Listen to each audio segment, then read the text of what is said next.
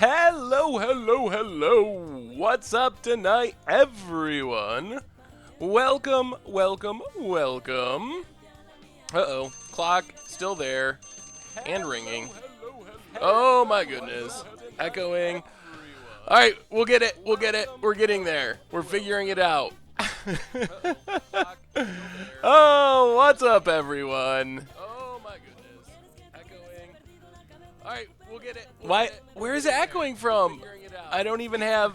Oh my goodness. Is it echoing from this? What's up, everyone? Oh my God, Twitch. All right. Hello, hello, hello. I'm here now. What's up, everyone? Welcome, welcome. Vicky Kills, Roll C, D Stark, Savala, Hit Some Swans, Jay Zoller. What's going on tonight? Flow Cannon Combo Slammin'. Mr. Dynamite, Calvary Wolfpack, Tracy King. What's up, everyone?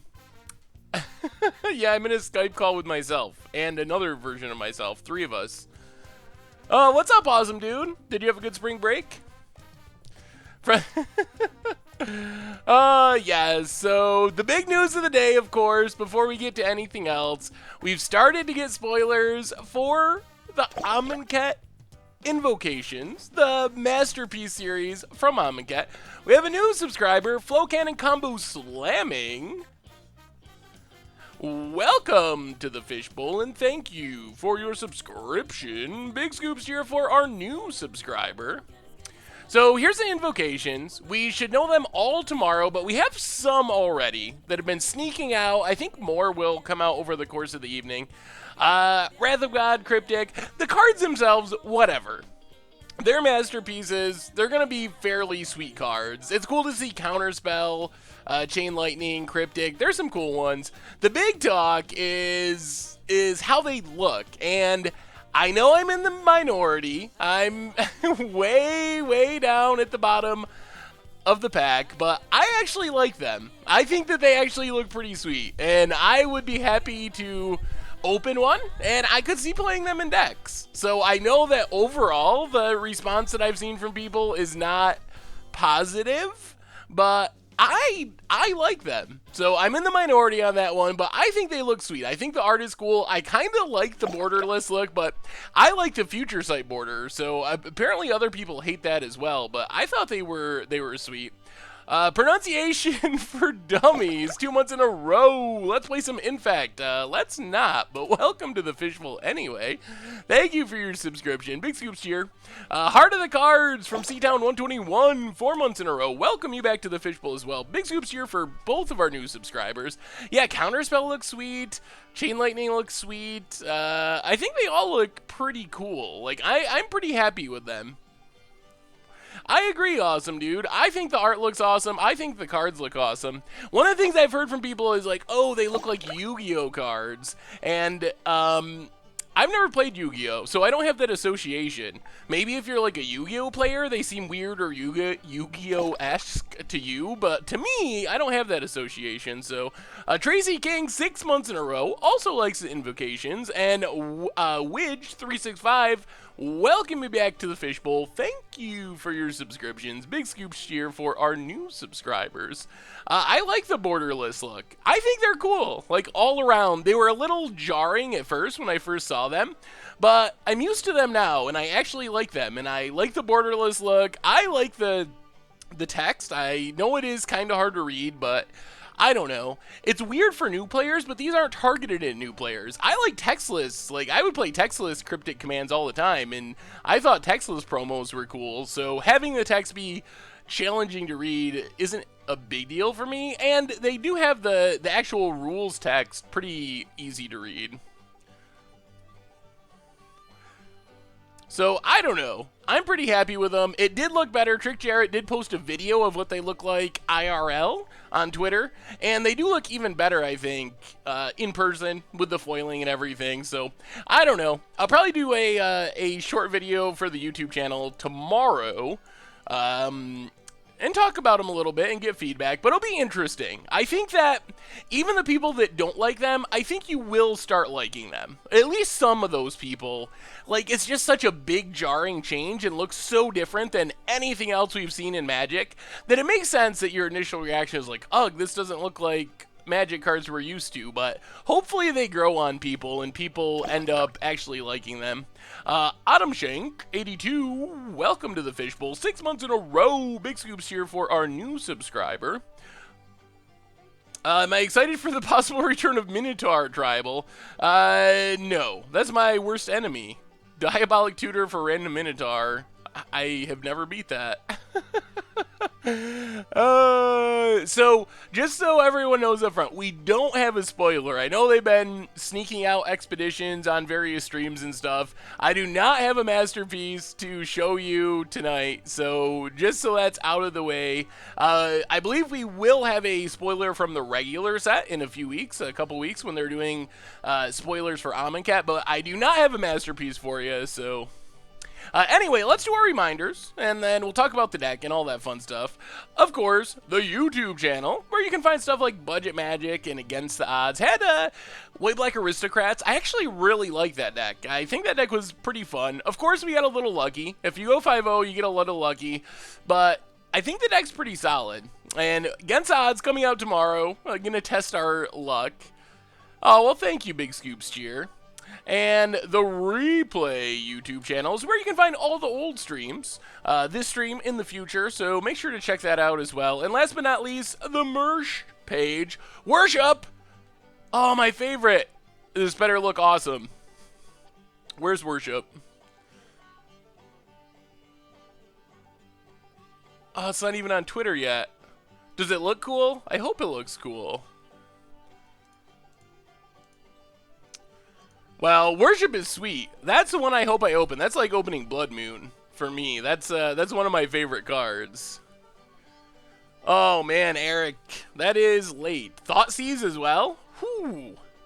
The theme is very odd. Is it just like hate cards? Disruption cards? I'm still not really sure with what the actual theme is, but... Well, let's talk about this deck so we can jump into our league, and then we can talk more about the expeditions that are rolling out. Oh, here's the Worship. Ooh, all right. Worship looks pretty good. I got some big feet going on. Oh, they're worship. I see. They're bowing down and like worshiping the guy with the big feet. Yeah, acceptable. See, doesn't this border look cool? I think it looks cool. Annoying and unfun cards is the theme. Yeah, essentially. Yes, foot worship.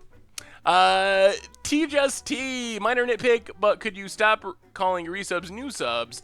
Yes, I probably should, Just T. And you're not a new subscriber, so I won't say that, but welcome back to the Fishbowl. Big scoops here for our resubscriber. Longtime fan, recently saved up enough money to buy a modern and paper and realized I need some sleeves and new playmat. My goldfish sleeves and mat should be in soon. Oh, awesome, K-Buffalo. Well, thank you for the support, and enjoy the sleeves and playmats and stuff. And have fun with Modern. Modern's a great format. They are worshiping a guy with big feet. So this deck, White Black Smallpox, I'm mostly excited because I want to Manitize some people. Manitize is like one of the best gotcha cards in Modern. No one expects to Manitize. So pretty much we have Planeswalkers as our finishers. Got some Sorens, an Elspeth, a Liliana. So this is how we're going to kind of finish the game. Monastery Mentor also fits into that group along with Lingering Souls. So that's kind of our finisher creature plan. The namesake card, Smallpox, is really powerful. Takes some building around, which our deck does with Planeswalkers and the Token Makers, but does a lot of stuff.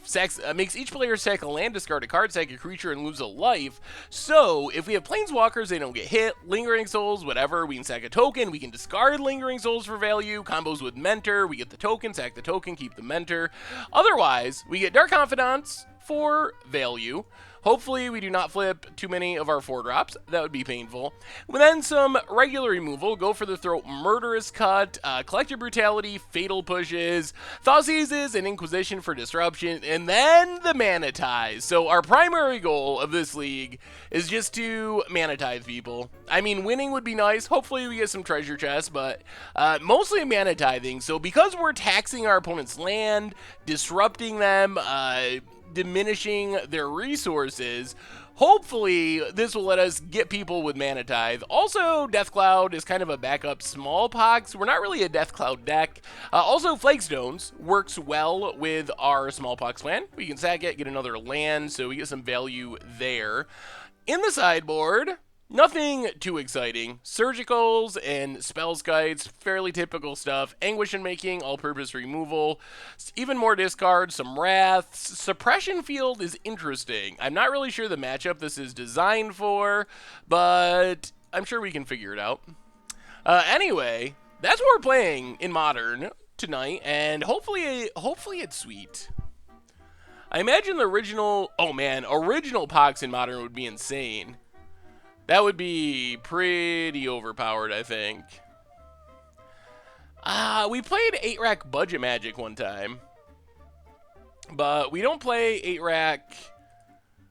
I haven't played 8-rack in a long time. Alright, let's Smallpox people. This is kind of 8-rack-esque. What's up, Squid Labs? How goes it tonight? Did I see the comment on the BFC rotation article? I was hoping to hear your thoughts on 4 cards I thought make good pickups. Tracy King, I think I must have missed it. And maybe it came in after I last went through the comments. What were the cards you're interested in? I'm curious now. I played Legacy Smallpox with Urborg Flagstones. Yeah, it's a pretty sweet combo. Suppression Field is for Tron and other onboard combos. Oh, well, thank you. Awesome, dude. Jim Davis, MTG, thank you for the host. Definitely appreciate it. Why only one Lily? Well, we didn't make this deck. This is one of our instant deck decks. I've been running Smallpox, Expertise, Catch Release, Beck. Whoa! That is super spicy. That is a interesting combination of cards. Oh no, Moto. Starting us off with the Zero Lander.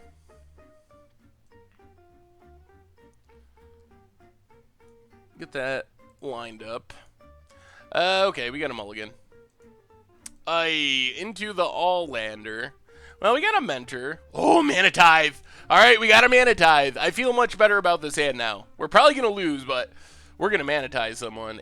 Oh no, Ether Vial. That's the natural enemy of Mana Tithe.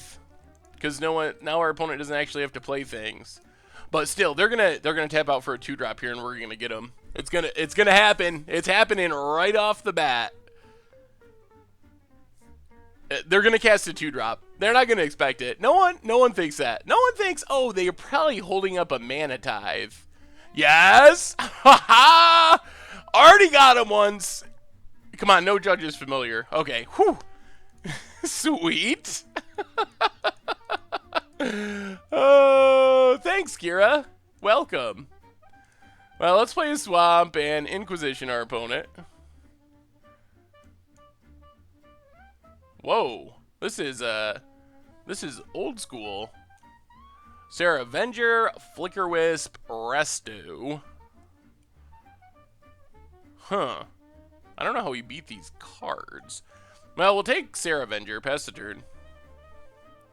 Yeah, we do need to keep track of our Mana Tithes. So far, we're 1 for 1. The problem is, after someone sees a Mana Tithe, then for the rest of this match, our opponent's going to play around it like crazy, because no one likes getting Mana Tithe. However, we can probably make our opponent play off curve for the entire match just by leaving up 1 white mana. Because no one wants to get got twice by Mana Tithe. Like, our opponent could run out their Flicker Wisp here and start beating down, but we gotta they're gonna do it. Take the chance. I guess no one expects your opponent to have 2 Mana Tithes. They're actually... Alright. Oh, okay. What's up, Ezekiel? I thought maybe we could get our opponent to scoop by pump faking.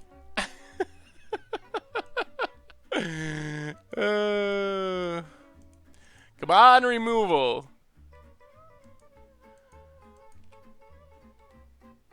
Oh, we drew it too.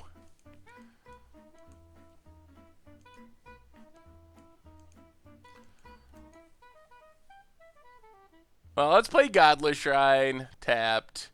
Our opponent's not going to think we drew it, though. That's the good news. They're not going to expect that we drew another one. I posted pretty late, suggested Shrine of Forsaken Gods and Sanctum. Those are reasonable, and they're cheap. Amiria Shepherd, yes, has commander potential. I'm not super sold on new rares really jumping in price a lot, but it's not a bad pickup. And then, I'm not sure about Sire of Stagnation. Mythic Eldrazi has a lot going for it. It's not very popular, but... Thraben Inspector, uh-oh. Oh, this is mono white. Okay. Liliana. Ooh, that's actually pretty good. So we're going to lose our Liliana, but we can...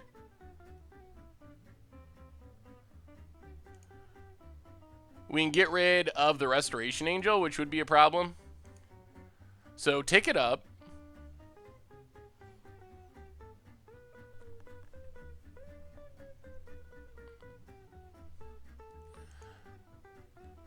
Oh, opponent draws. Yikes, yeah. I guess that's true.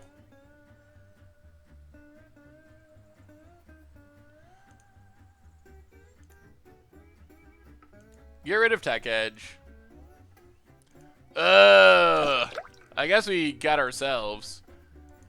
I still think that we probably... I guess we could have ticked down and killed Thraben Inspector. We don't really have a better line there, though.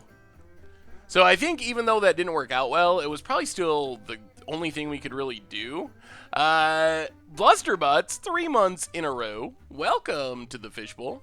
Thank you for your resubscription.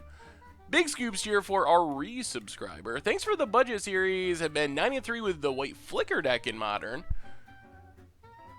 Only $15. Sweet. I like the new masterpieces. I think I'm the only person in the world that does, but I do. Yeah, this is not going well. The combination of Ether Vial... I mean, we can start flooding the board with stuff, but I don't even know if that's helpful. Opponent passes. Well, let's play Monastery Mentor. Pass the turn.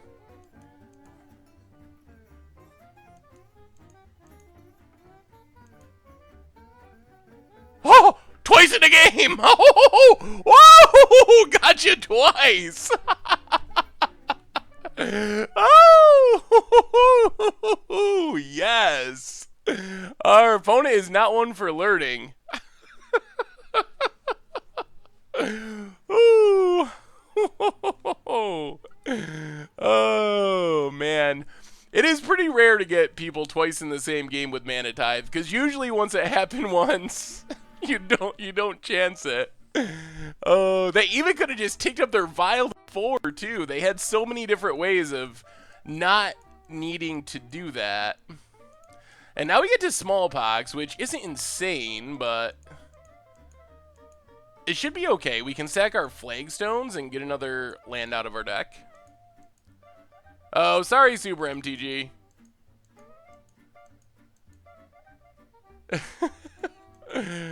Alright. Swamp. Well, play the Swamp. Play Smallpox. Prowess up the Dorks.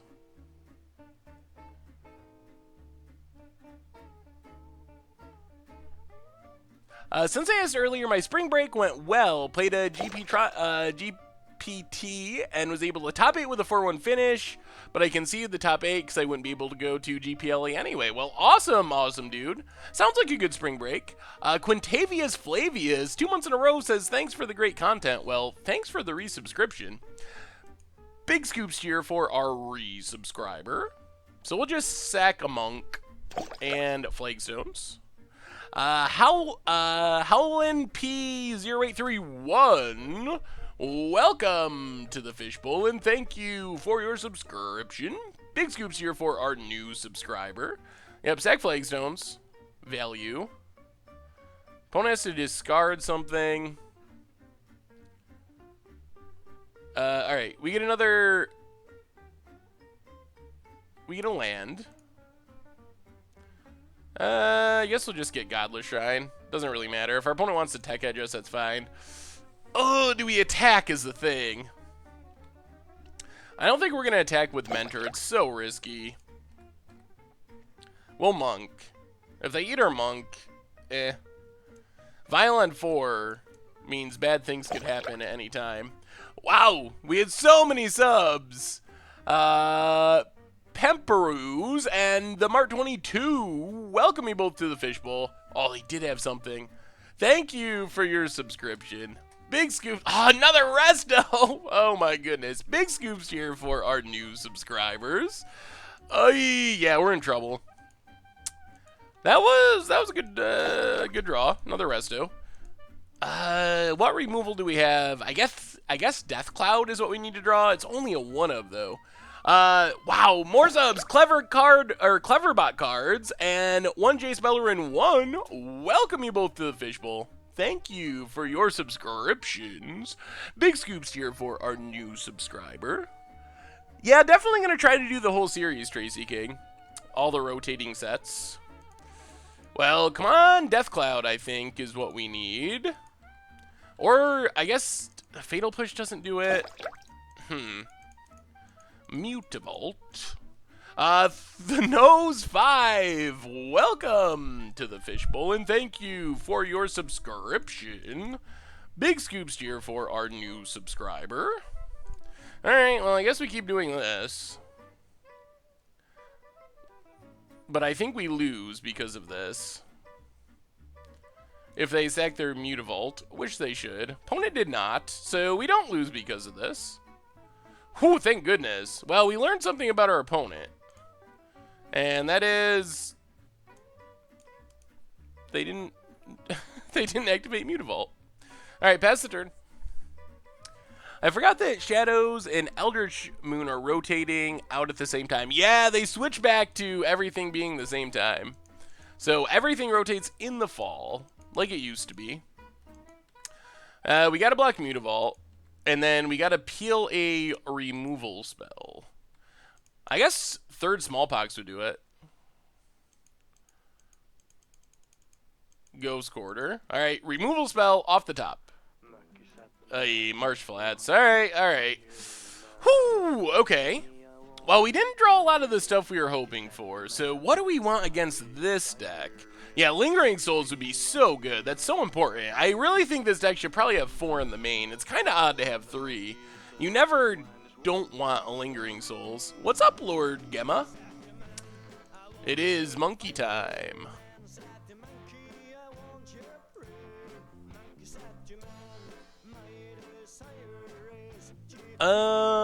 Yeah, so sideboarding.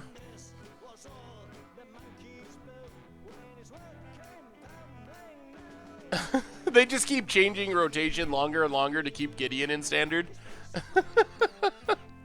Please no. Actually, the dual deck Gideon is not that horrible. It's actually somewhat similar. You out of here, Insane Violent Mage? Have a good night.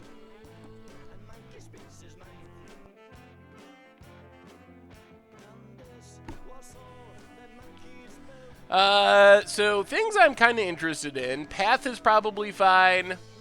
Lingering Souls is very good. And maybe Ras?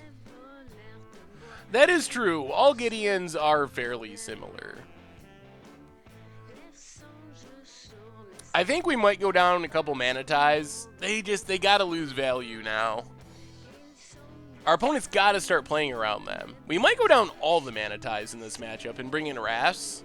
I think this might be the smartest way of doing it. I don't know if Suppression Field is good enough. Maybe? It also gets our planeswalkers, though.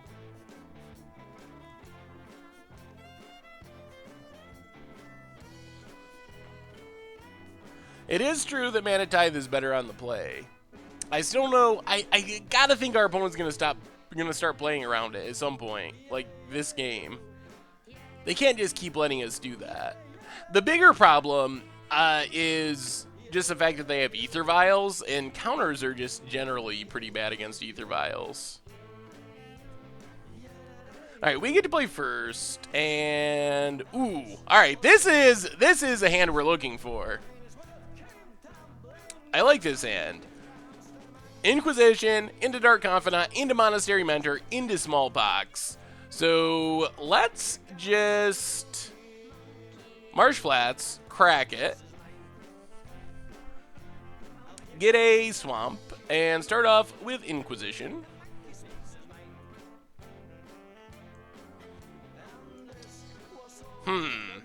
This is interesting.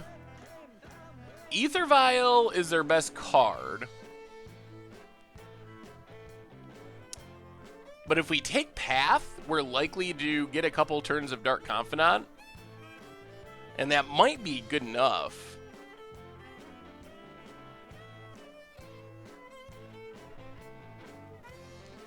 Oh man, I want to draw cards though. I'm going to take Path. Try to get that Dark Confidant value. You asked why people like the new invocations. Turns out they aren't tournament legal because they are neither white or black bordered.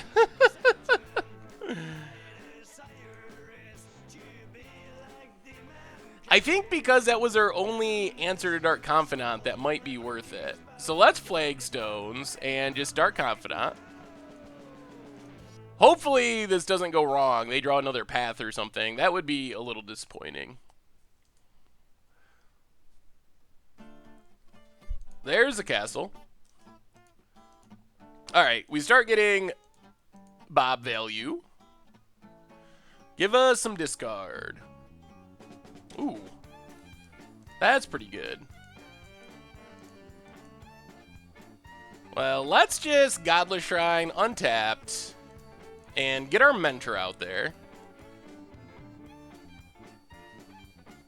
And pass the turn. Whew. Good thing we didn't attack. Thraben Inspector for our opponent. Should I build Grixis Control or Jeskai Nahiri for Modern? I think Grixis is more popular at the moment. Closer to the top of the format.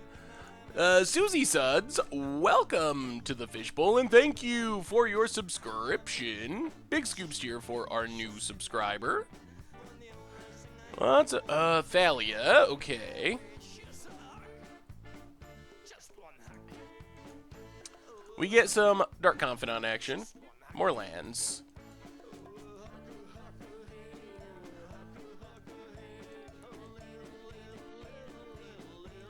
Well, I think we just got to start with Thoughtseize, our opponent. Start getting some Monastery Mentor value. Get rid of this. Ooh, jeez. Opponent has a lot of good stuff. What are we most worried about? Double Oblivion Ring. Thraben Inspector, Elspeth. I think we just take Mirren Crusader for now. Take Mirren Crusader. Play Marsh Flats. Do some attacking. Not expecting our opponent to block, but you never know. No blocks. Alright. Pass the turn. When is rotation and what rotates? So rotation isn't till the fall set comes out, so the end of September, and all of Battle for Zendikar block, so Battle for Zendikar and Oath of the Gatewatch, and all of Shadows over Innistrad block will rotate. Opponent wanted to cast a Oblivion Ring, but could not. Opponent goes attacking. Do we kill Thalia? I think we do. Yeah, let's block Thraben Inspector. Crack our Marsh Flats. Get a Swamp and just Murderous Cut the Thalia.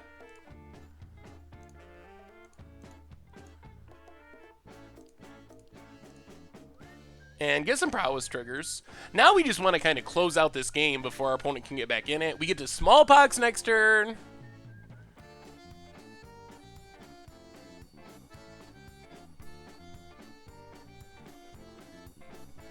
Hey Seth, you rock, and my favorite creator said Richard left CC. Well, I bet he'll be back. I bet that Richard will return at some point in the future. I would be surprised if he didn't. Whew, that's a lot of lands. Well, I think the thing to do here is just to cast a Smallpox, get a bunch of triggers, and this is what our deck wants to be doing. Taxing our opponent's lands, making it hard for them to cast stuff. We will discard a Godless Shrine. Sack our Summoning Sick token. Sack our Flagstones. Combo. And now our opponent still can't Oblivion Ring. And our opponent scoops it up. That's exactly how this deck drew it up. Why did Richard take a break? So, mostly just to change up the playgroup. There wasn't any real specific reason. Just want to try to keep things fresh. We're trying to move to a kind of a standardized season schedule. So the idea is, and the new season, someone asked, the new season will start, let's see, not this Friday, but the following Friday. So there will be no Commander Clash this week. This is kind of the reboot, get ready week. And then next week, we'll start season 3 with our new member who is yet to be unveiled. But pretty much, we're going to try to do 25 episode seasons, which would mean 2 seasons every year. And every new season, there will theoretically be some change in the cast. Another thing we're going to try to do this time is do some guest slots. So just because Richard is not there as a regular member doesn't mean you won't see Richard for this entire season. I think hopefully maybe once a month or so we're going to have a guest slot. Who posts the Facebook updates? You or Richard? Richard does all the Facebook. Workshop. We have a new subscriber. One kill, one shot. Welcome to the Fishbowl, and thank you for your subscription. Big scoops here for our new subscriber. Yeah, I don't think we can let Tomer leave, because Tomer edits the video. And I don't want to edit it. I edit enough videos as it is, so Tomer can't leave because he needs to do that. He's stuck. Actually, I think we might be seeing more of Tomer in the future. So the $15 off eBay deal is not working for me. Do you have Twitter or Facebook? You should get in contact with Richard. He would know more about that than I would. Sorry, Eric. I'm not a joke teller. I'm not good at stuff like that. You should add someone who has an out for Tomer. Well, I'm still there. Buster Butts. Buster Butts. I would be shocked if I wasn't one of the special guests on Commander Clash, right, Seth? Well, you never know, awesome dude. I am familiar with Penny Dreadful. I have not played Penny Dreadful, but I know what it is, and it sounds sweet, but I haven't played it. I like the new inventions, the invocations, personally. I know that there's mixed reviews so far by people, but I really like them. I think they look cool.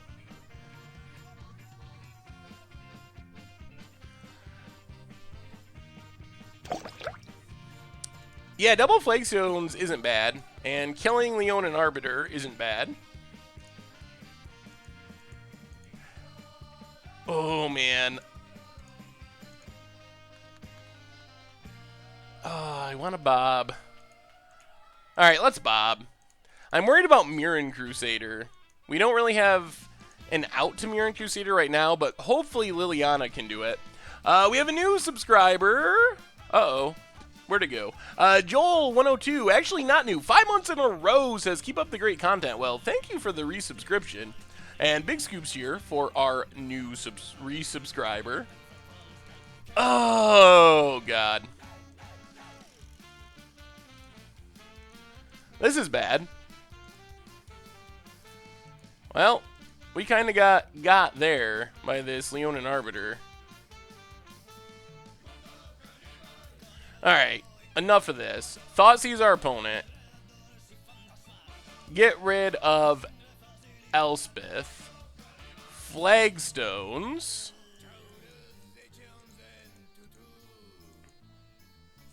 And pass the turn.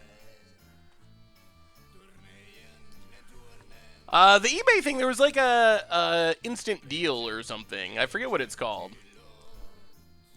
But I think it was $15 or 15% off. I actually really do like them. They looked weird at first, but I do like them now.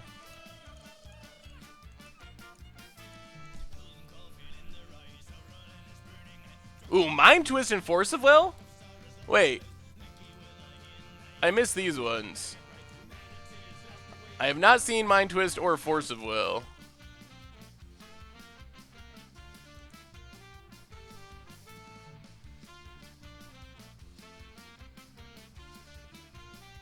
Oh man, the Mind Twist is awesome. Wow, look at these ones. Oh, that Mind Twist is so cool.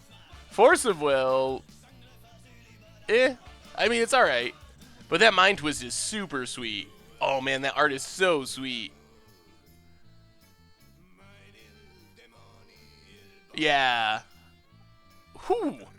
Well, we got some good cards at least. Mind Twist isn't super expensive, but that version is awesome.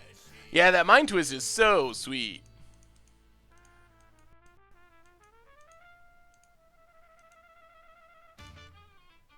Alright, we'll take our beats for now. See what our opponent does. Plays the Plains. Ether Vial. Last card is Resto, we know that. Alright, in that case, let's just get rid of the Arbiter before they can Resto. Well, if they're all like hate cards, it kind of makes sense. Ugh. Alright. Get rid of the Resto. Get in with Dark Confidant. We're tearing our opponent apart, but we're down to 11.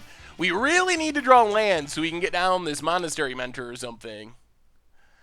And actually close out this game before we bob ourselves into oblivion. Oh, wow. Good draw. Thraben Inspector. Cracks it. And passes. Land?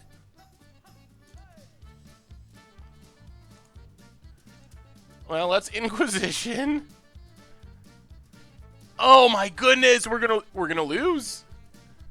Wow! Oh, we can't hit lands with our Bob, and our opponent's drawing Resto into Resto. Oh no! Oh, Force of Will's a great Magic card, Jay Zoller. You just don't understand the beauty of being blue.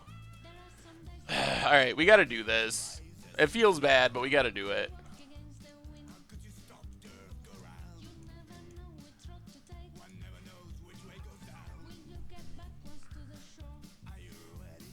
Do you play much Legacy? What's my favorite deck? I don't play as much Legacy as I would like to, but I do play it a little bit. Alright, gonna blink, get a clue. Oh, come on, land. We need a land. Please. Oh, man. In the most painful manner possible. Now what?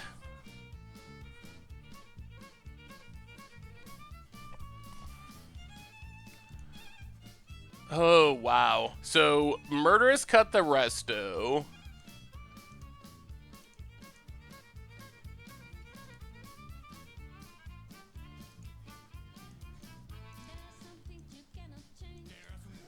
Play a tap land?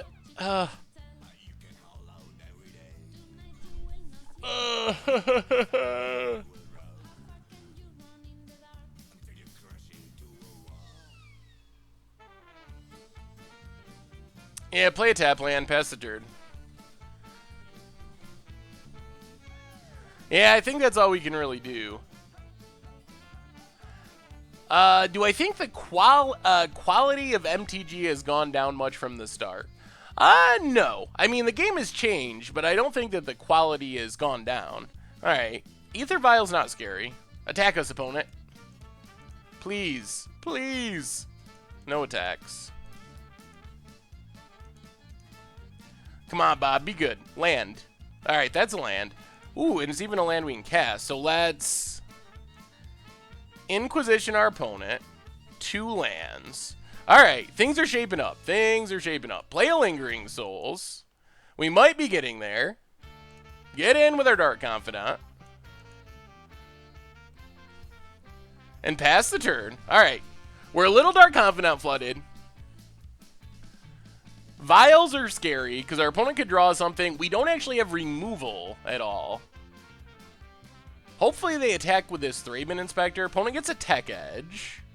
We knew about that. Hits one of our lands. Yes. No attacks. Be nice, Bob. Be nice. Okay, that's good. Good, Bob.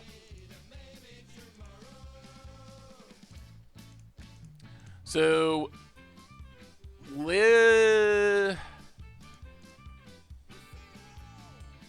Liliana. Tick down Liliana.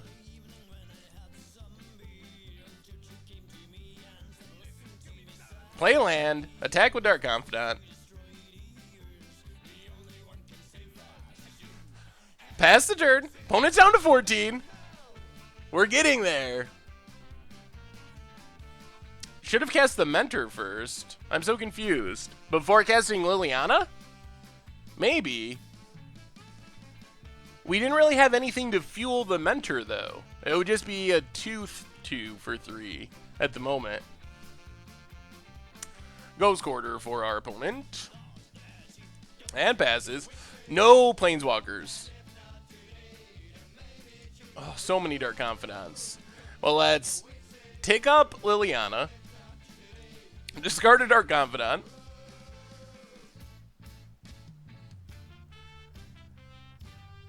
Play a Tech Edge. Play Mentor. Flashback Lingering Souls. Get a Mentor token. Alright. I think we might be there now. I think we got there. Yeah, yes, Stu. I haven't forgotten. Well, I did kind of forget. But I remember now that you now that you did that. What's up, Seismic Wave? Thoughts on the masterpieces? I like the masterpieces. I know I'm in the minority, but I do like the new masterpieces. How to fix the 2-deck standard, make counter spell standard legal. That would be interesting. Alright, we get pathed. Get a land. Opponent's out of cards. I mean, unless our Bob somehow is very mean to us, we should be good now. 2, 3, 4, 5, 6, 7. Opponent has Ghost Quarter. Dark Confidant. Ooh, Sorin. Alright. This isn't fun, but we're going to cash in our Liliana to get rid of Dark Confidant. Whew. Yup. Sorry, Bob. Actually, we drew a lot of cards off of that Dark Confidant. Play the Sorin. Trigger Prowess.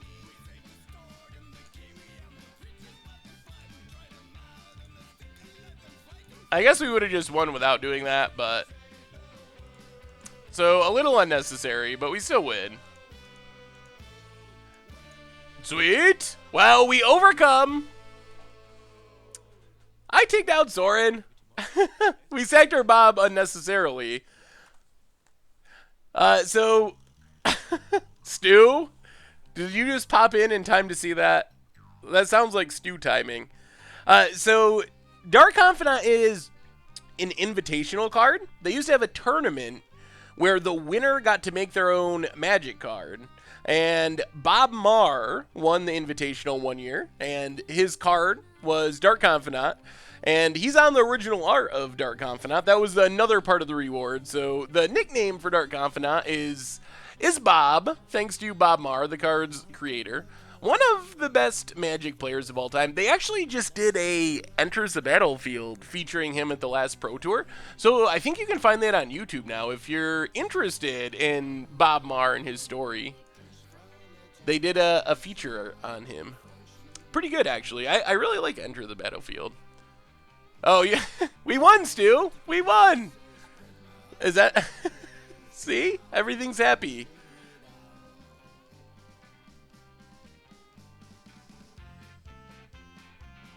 It's called Bob because of Bob Barker on The Price is Right.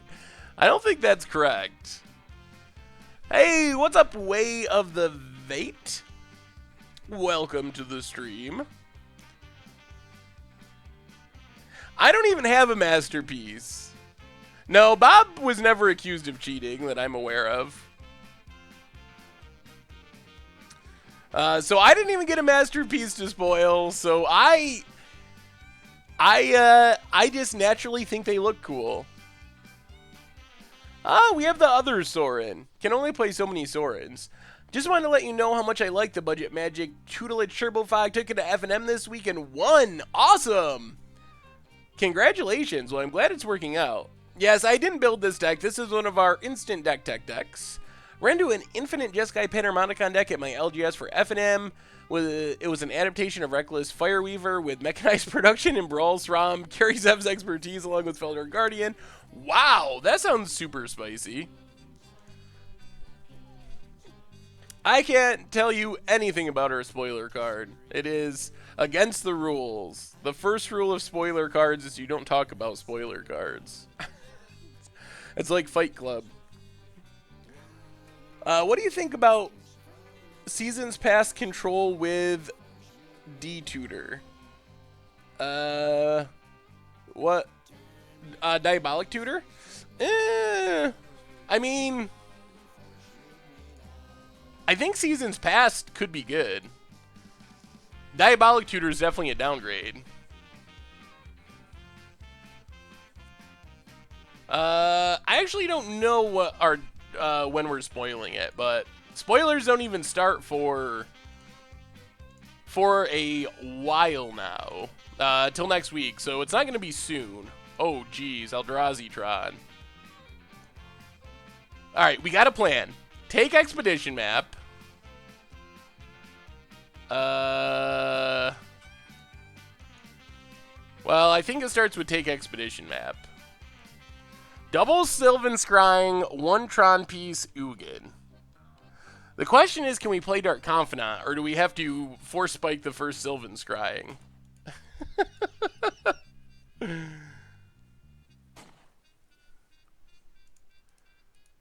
I think Fling Fumarole is a neat idea.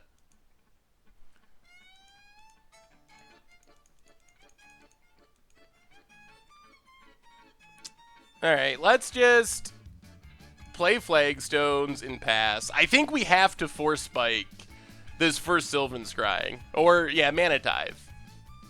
I think we got to. I would like to get Bob out there. Oh, you can see this is the original Bob. So there's a Bob Marr himself from, what, 2005? Something like that. I think we got to stop this Sylvan Scrying, and then we can maybe Bob next turn. Ideally, we just draw, like, a Thoughtseize. Another Thoughtseize would be sweet. Our opponents, I mean, you can never feel bad for a Tron player, but we gotcha. The other thing is this might make our opponent play another land and put us in a position where we can maybe tech edge something. We'll have to see. Our opponent did not seem happy about that. Well, let's Marsh Flats, crack Marsh Flats. We're just going to Dark Confidant here. We'd love to find a Smallpox. Smallpox seems like our natural advantage against Tron.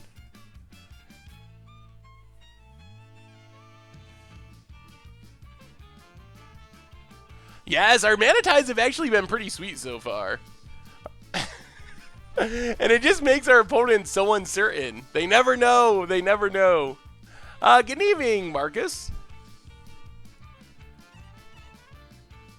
Oh, man. I don't know if there's a way to get MTG Bot to track it. We're up to 3, though. We're 3 for 3 with our mana ties. I should get a mana tithe counter somehow. I'm not sure how to put it on the screen. Oh, man. I should probably not be trying to do this while we're live. Let's see. See if we can, this is a bad idea. Yeah, I don't think I can actually make it on screen while we're live. If we were off screen, before we went live, oh man, opponent risky. Not worried about a second mana tithe is our opponent. Just slams it.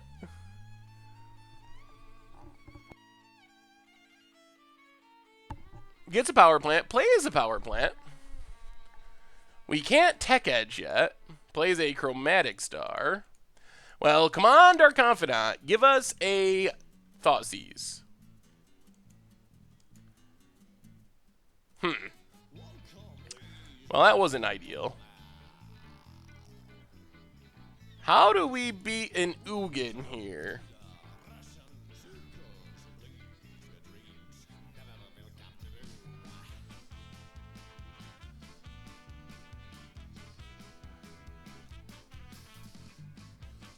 Well, let's play Shambling Vents.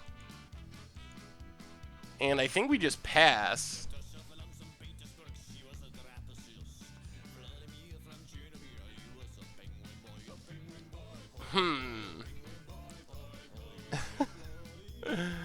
Oh. Yeah, Spore Mound is like Tarmogoyf.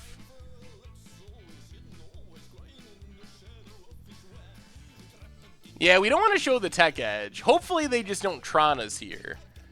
If we get one more turn... Oh!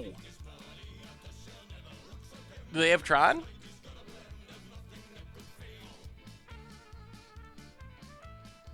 Oh, whoa!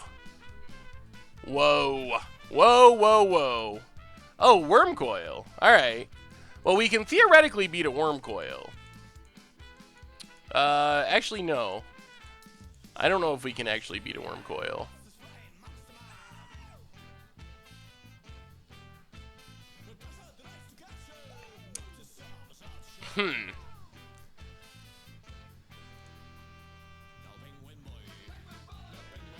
What are we killing?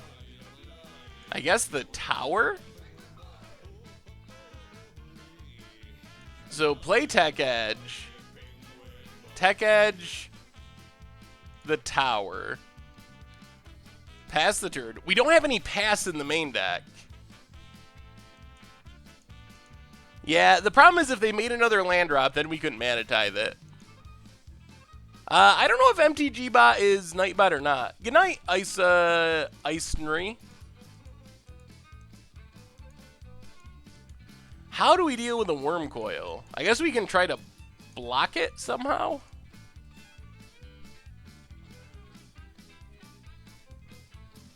Again? Again? Mana Tithe? Number 5? Whoa! Yes! Got him again! Got him again! Oh, these Mana Tithes have been insanely good. No one plays around a Mana Tithe. Everyone just jams right into it.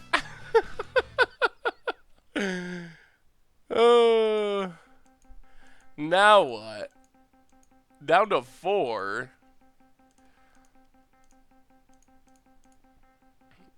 Well, I guess we Elspeth. Start making tokens. We do not have Path. I don't play Paper Magic very much at all at this point.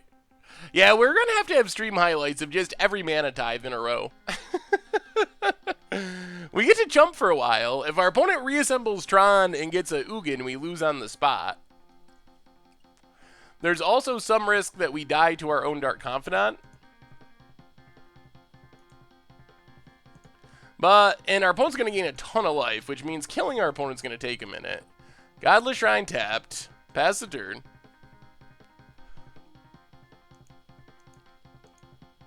Yeah, if our opponent attacks, we probably chump with Bob this turn.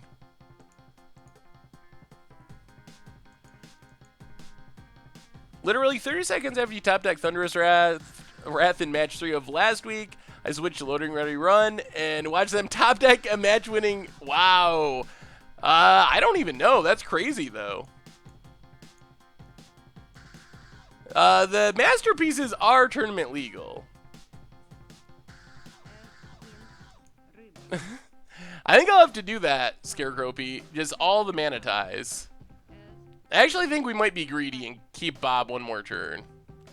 I would really like to draw another piece of land disruption.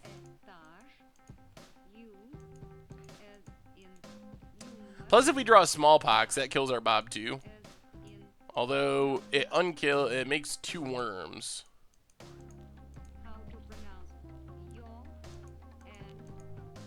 Oh, all right. Well, oh, okay. Well, we got to draw something here.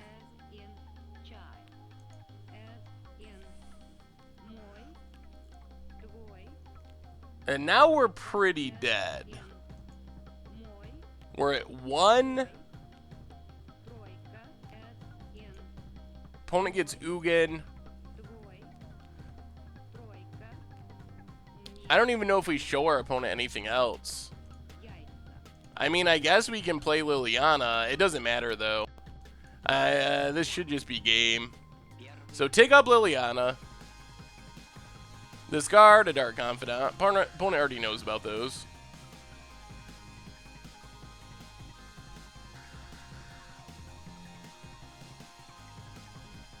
And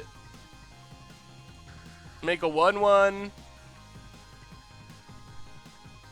The problem is we're just dead to the Ugin that's in our opponent's hand. That's the problem. So I'm not even gonna play anything. Probably should just scoop, but all our opponent has to do is crack this. We know they have Ugin in hand. Get the Tron piece, play Ugin, shoot us for 3. So even if we got in 2 with Shambling Vent, we'd still be dead.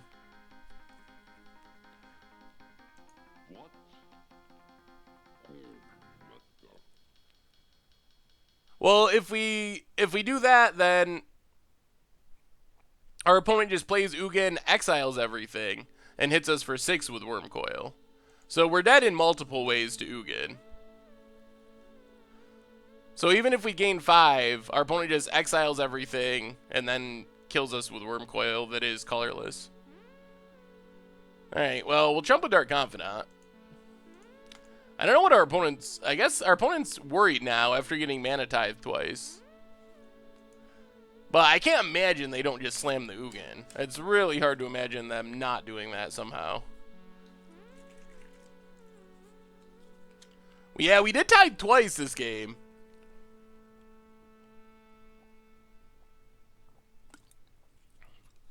And I think we get some good sideboard options for this match. And just our Smallpox should be good against us anyway. Alright, there's an Ugin. You gonna kill us?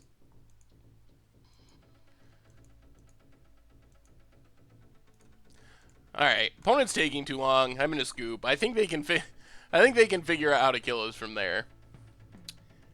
So we get 2 surgical extractions. We get 2 duresses. We get an Anguished Unmaking. Suppression Field is for this matchup, apparently. What do we not want? Fatal Push seems like pretty much a dead card. Collective Brutality isn't that exciting. Mana Tithe was pretty good last game. And it can make them play off curve with their Karns and stuff. Go for the Throat seems pretty bad. What else are we cutting? Team?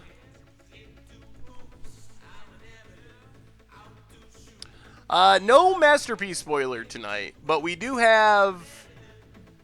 Oh, if you want to give me a punt for not taking Ugin on turn 1, That we could talk about that. That could be possible that was wrong.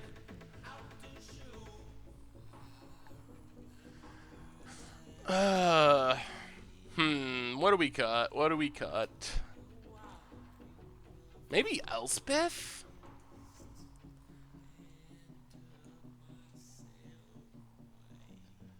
I could see cutting a planeswalker now that we are bringing in suppression fields. Cut one Sorin and one Mana Tithe. Let's try it like that. I think Murderous Cut's okay. We play first. Alright, this hand's pretty good. We'll keep this. So we have turn 3 Smallpox, and we have Death Cloud. And we have an Inquisition for turn 1. We don't have a threat, but... Lingering Souls just makes more bodies and they fly. That's how we actually close out the game usually, is Lingering Souls. This is Turn These Awful Hands into Hooves by Viseger. So Godless Shrine, untapped, and we're just going to Inquisition, turn 1.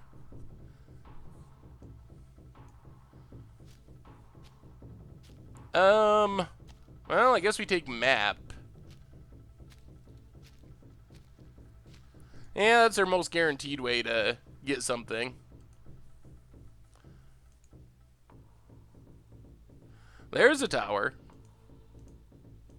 And a star. The funny thing about Tron is they often... Ooh, and a Lingering Souls. They often play oddly with... like cracking their star, like they want to play their Ancient Stirrings before they play a land in case they get a Tron piece, and that makes them potentially play into Mana Tithe. Got him again! Oh man, we know they have lands in hand too. How greedy! Oh man, the greed is so real with Tron. Whew. Okay. And there's a map.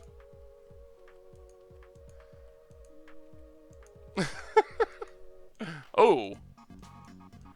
Jeez. Well, since we do Suppression Field, I think we're just going to play that. And we can Smallpox next turn, because that actually stops them from cracking their map. Oh man, these Mana Tithes have been absurd! Oh, they've been so good! Part of it's our opponent being greedy. Like, they could have played around it there. Ooh, Vindicate Masterpiece? Alright, let me see. Where's the Vindicate?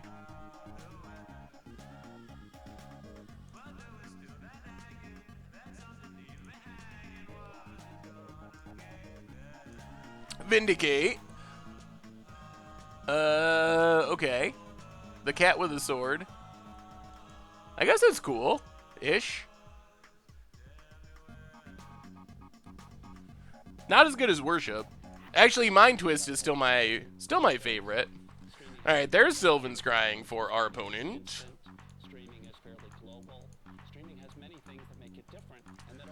Yeah, it's a power plant. Man, if we still just get Troned. All right, let's Marsh Flats. Crack Marsh Flats. We got to pay 2. Get a Swamp. And Smallpox. Discard Lingering Souls. We have a new subscriber, Blah 800. Welcome to the Fishbowl, and thank you for your subscription. Big scoops here for our new subscriber. If I end up playing a Masterpiece in a deck, I'm getting it altered. Really don't like them that much.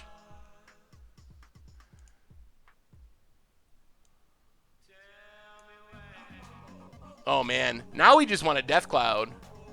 Don't have Tron in hand. Oh, that would be so sad. No, no, no. Suppression field about it. That's how that works. Didn't you notice me paying 2 for my fetch land? I think they look sweet. So I know a lot of people don't like them, but I do. And I didn't even have one to preview, so it's not like that. I actually think they look cool. Chromatic Sphere. And a tower.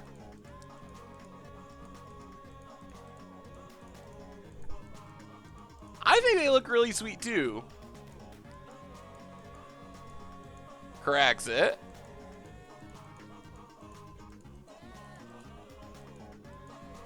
Sylvan's Scrying. Oh, God.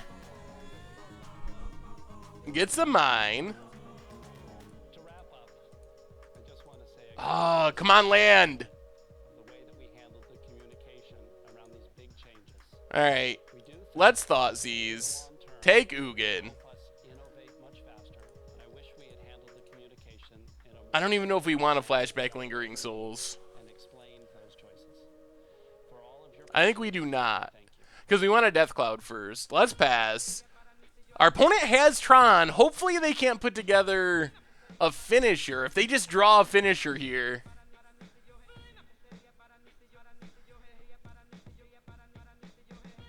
I actually made a pull. I don't know what happened to it, but there was one. Come on, no whammies. Tell me you didn't. Opponent does get to sack their Expedition.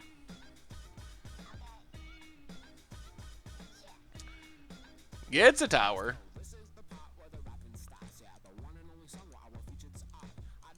Come on, land. Tech Edge. Tech Edge works. Play Tech Edge. Oh, man, now we got another choice. Oh, we have a new subscriber. JG Sir Saves a Lot. 2 months in a row. Want to reach 9 months so we can have a Twitch baby. Well, thank you for the resub. Big scoops here for our new subscriber. I'm considering starting a stream. Is it fine if I do a similar deck list to your deck list on the right to show my deck? Really like how clean it is. Yeah, I mean, that's... the tool we use to make it is like a site thing, but if you want to make your own or whatever, that's... as far as I know, there's no reason you can't do that. I think it looks good too. I actually know there was someone on Twitter that was developing something similar. I don't know if it's out yet, but I think it's something they're working on. Yeah, I guess we just Death Cloud. Might as well. Death Cloud X2. It also gets our opponent empty-handed. So Death Cloud X2.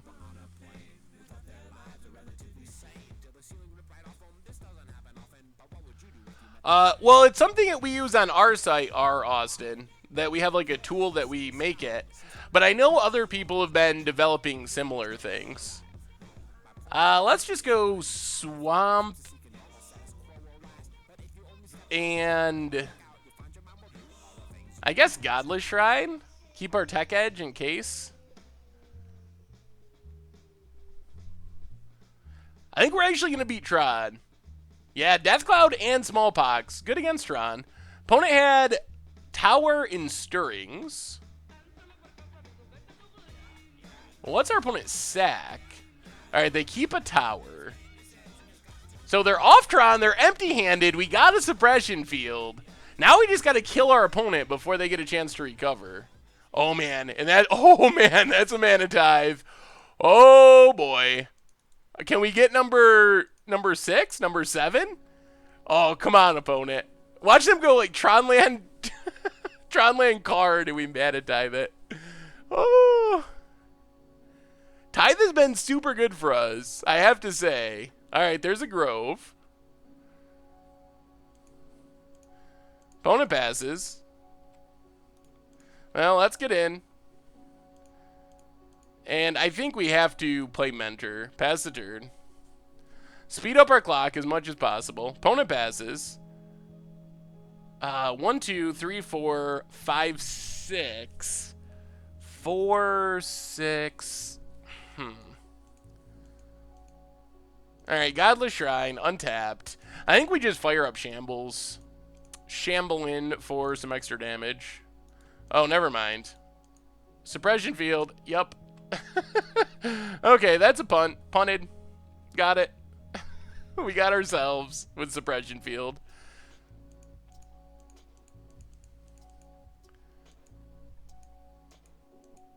We have tied many times. Hopefully we can get another one. Something big and powerful. Reality Smasher? Nope. Ooh, double tithe. No one expects the double tithe. Well, I guess we destroy the... Oh, no.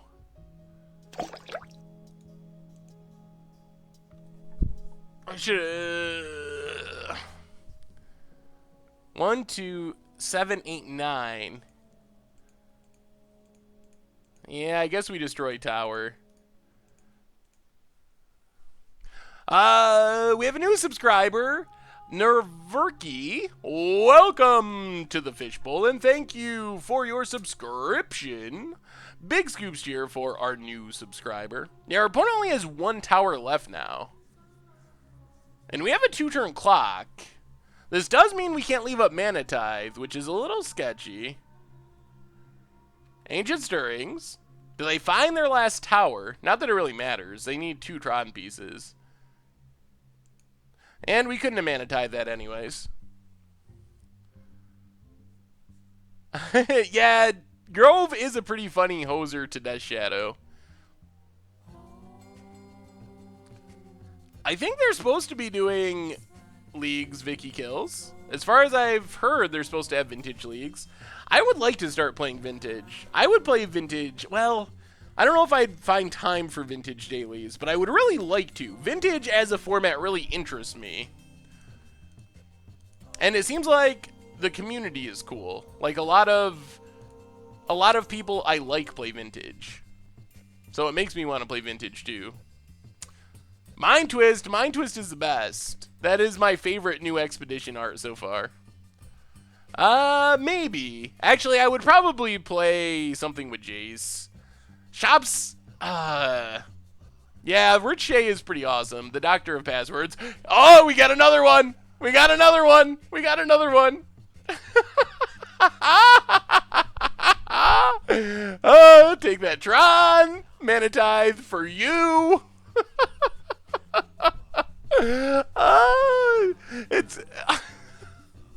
It's been like a 1 mana Force of Will. It's just 1 mana counter spell. We've gotten so many people. We haven't had one instance so far where we've had a Mana Tithe rotting in our hand doing nothing. It's always been insane every time. Oh, wow. Actually, we probably need this path. I don't know why that wasn't in there. We actually got our opponent with almost every Mana Tithe in our deck that game. So many birds, welcome to the Fishbowl, and thank you for your subscription. Big scoops here for our new subscriber. Yeah, it is even more satisfying when it's Tron on the receiving end of the Mana Tithes. It looks like a lot of these are going to be blue, red, and white. They're all hate cards. What green card would there even be? They're like counter spells, removal. I mean, I guess there's Maelstrom Pulse. Maybe Choke? Not that that's a great one, but what else fits into Beast Within? They're not like great cards though for being masterpieces. Oh, Carpet of Flowers. That's actually legacy playable. But yeah, good advice, awesome dude. It was pretty good in that match. We'll just go down Murderous Cut for the path and try it again like that. That worked pretty well. Yeah, it seems like a lot of white, blue, and black cards.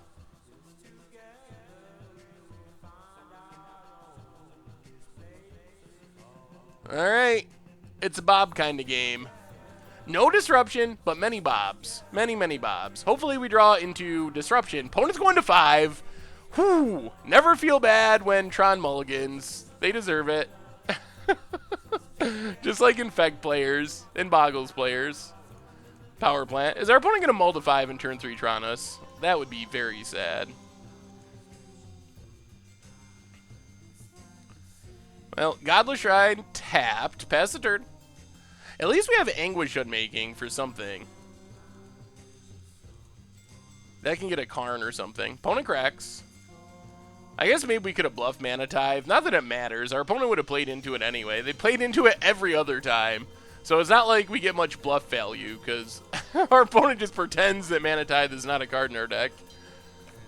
Which has worked out in our favor so far. Yeah, Beast Within could be a good one. Oh, Gaddock Teague is a good one. I didn't think about Hate Bear style cards. Noble Hierarch, that's played in Hate Bears. Jay Zoller, you're doing a impressive job with the clipping. Clip Master Jay Zoller. Elder Arazi Temple. Opponent cracks it. Comboing off.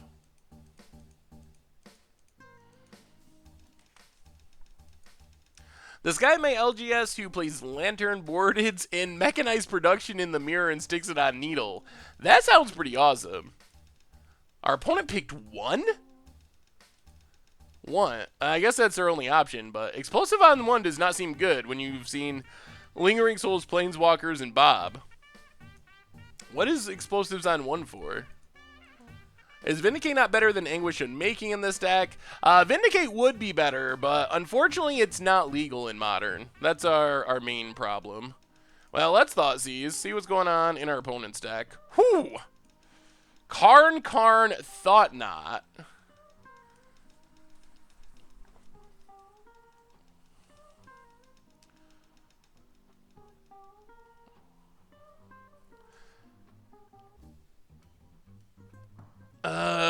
This is interesting.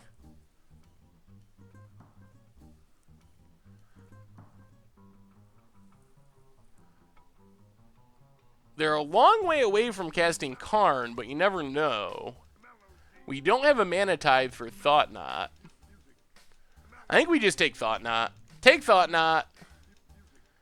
Play another Dark Confidant. Mismatch Dark Confidants. Get in 4-2.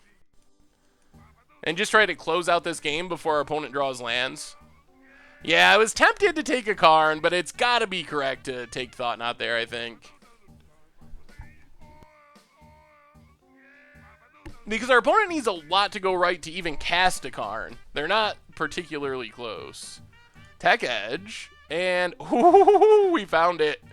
We found it. We'll get in with our Bobs.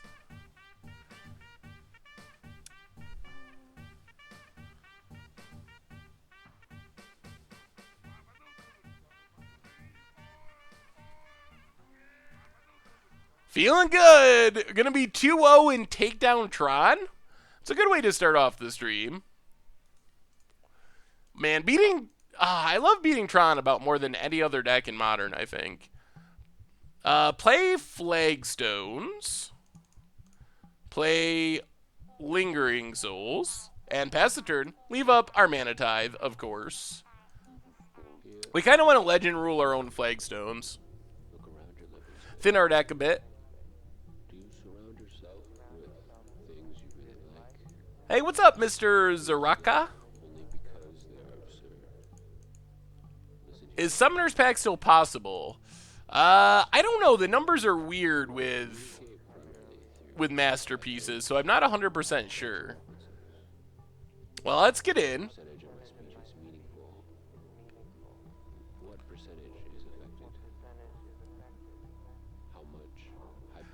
Worst people, Tron players or Burn players? Still Burn players. I don't have anything against Tron players, just their deck. Burn players, on the other hand. They're like Infect players. Like Jay Zoller. What do we do now? Just Smallpox, I guess? Might as well. So we can...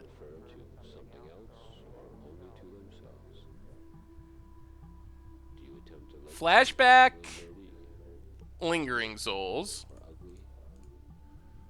Smallpox, discard a Godless Shrine,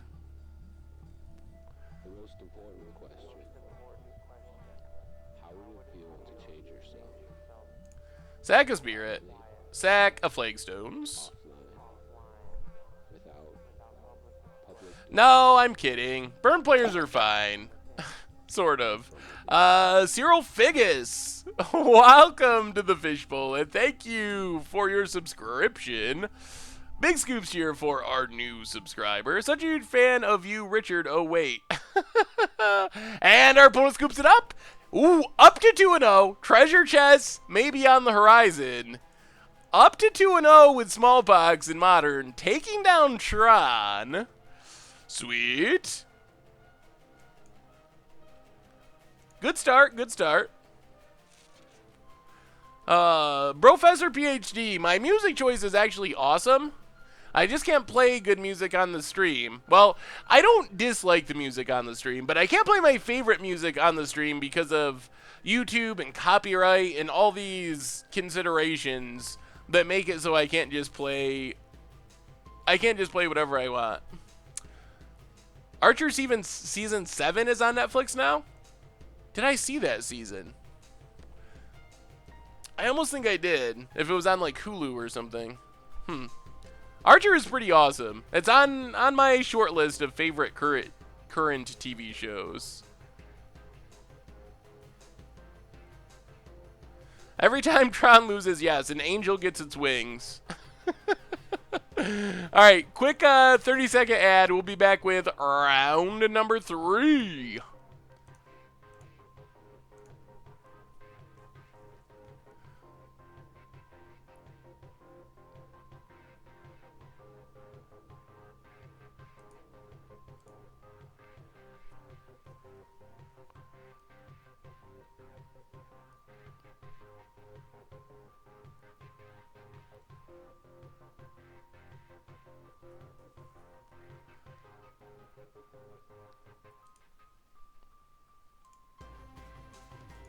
Alright, we're back.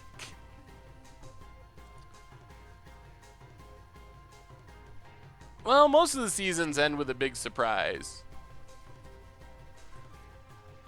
The 5-0 dream is still alive. Some people don't get ads for some reason. Or there's various reasons.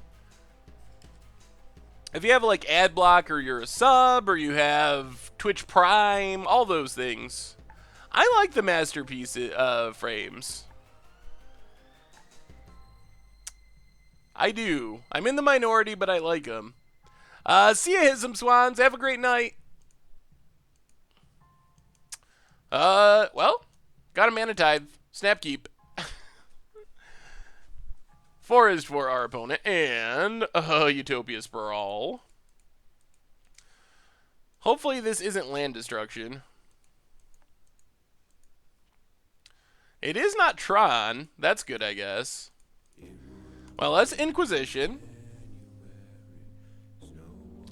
Yup, this is a land destruction deck. Aye, take a birds, pass the turn. Our hand's looking pretty bad at the moment. Luckily, they have no land destruction in hand. There's the birds. Probably going to have to just fire off this Inquisition, because it's not going to get better. So, Inquisition. Ooh, it's a Molten Rain, thank God. Inferno Titan, Stomping Grounds, nothing. So, play Marsh Flats, pass the turn. Man, are we going to get to Mana Tithe the Inferno Titan? That sounds pretty sweet. 1, 2, next turn, potentially. We have a new subscriber, BZ863. Welcome to the Fishbowl, and thank you for your subscription. Big scoops here for our new subscriber. Get a Godless Shrine. Alright, we're going to Thoughtseize. It would be sweet to wait and Mana Tithe it, but this is safer. And we're starting to get to the point where land destruction isn't a big concern. You should stream a epic troll deck with Masterpiece, Cryptics, and White Borderlands. Oh, that would be pretty fun. Well, we just keep drawing discard. Alright, opponent has a bolt for our face. 1, 2, 3, 4, 5. Do we kill the birds? I think so. This sounds weird, but this lets us counter a primal command, which we couldn't do before.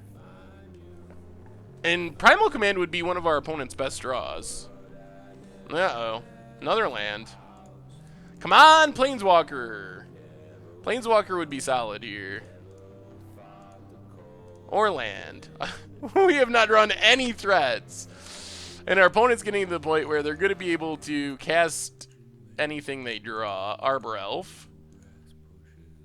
Oh, deck. Deck. Started off so good. And now we're doing nothing. So, nothing. Our opponent's... Oh, deck! Alright, pass the turn. Another land... We're both just going back and forth throwing lands.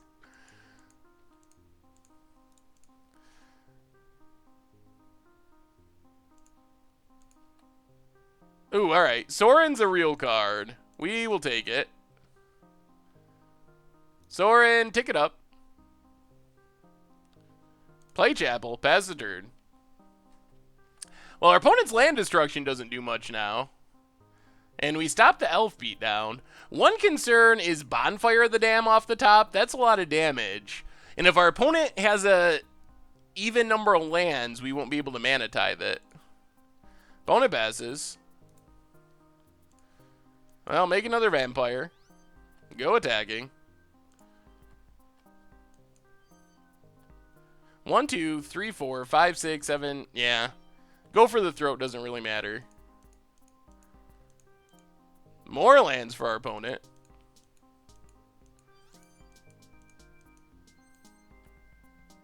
Ooh.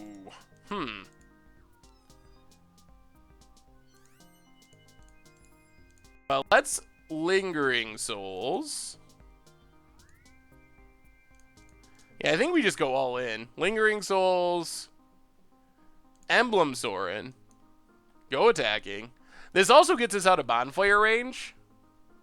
Been looking into starting a Moto account. Is it free to sign up if I just want to play for fun? There's a $10 account creation fee, and there is no way around that, unfortunately. No matter what, you're going to end up paying that $10. Another land. Well, let's just kill Baloth. And our opponent scoops it up. Whoo! Wow, we're getting there. We're going for the 5-0. So yeah, you got to pay $10 to sign up, and then you are going to have to get cards. That's the other aspect. The good news is, if you just want to play cheap fun decks, they're pretty cheap. You can buy those decks very cheaply. If you want to put together competitive decks, then it's going to be a little more expensive. I believe they've always had that big scoops tier. As long as I've been playing Moto since like 2008 or something. Whenever I've had an account or created an account, I've had to do that. So I believe it's always been that way.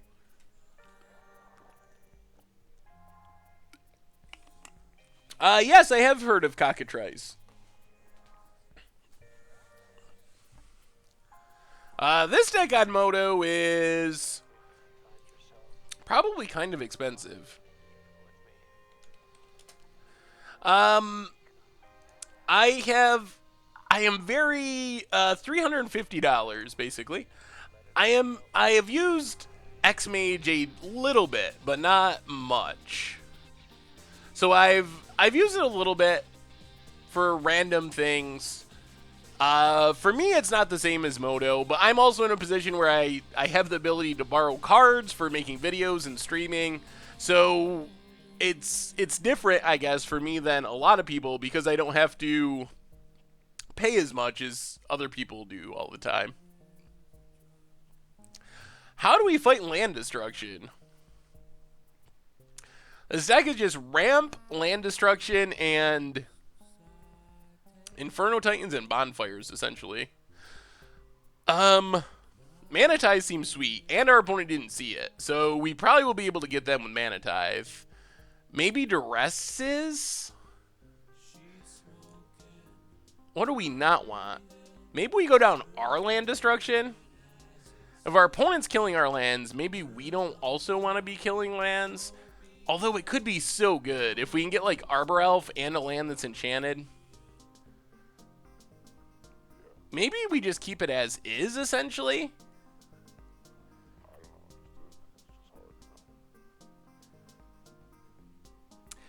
We did budget burn for Legacy, which was pretty nice. We'll just go down Death Cloud, bring in the Fatal Push, try it like that. Do I ever plan on playing Knowledge Pool combo again? Yeah. I could see playing that again for fun. Forest for our opponent, and Utopia Sprawl. Alright.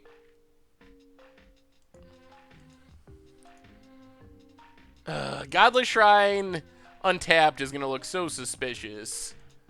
But I think that we got to do it. On the off chance we can manatize something.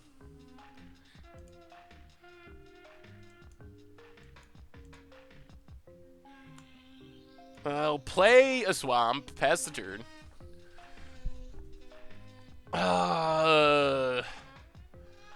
Yeah, I don't think we should start destroying our own lands with Smallpox. Pretty sure our opponent has a land destruction spell. This is Panza. I don't believe this was in the Avacyn Restored Pro Tour Top 8, though. Oh! Mana Tithe? Value? Yes! Yes! Mana Tithe value! Getting him! Got him again! Mana Tithes are 100% awesome every single time. They have not been unawesome at all. Whew! Now we have a big decision point. Pony did not play a land.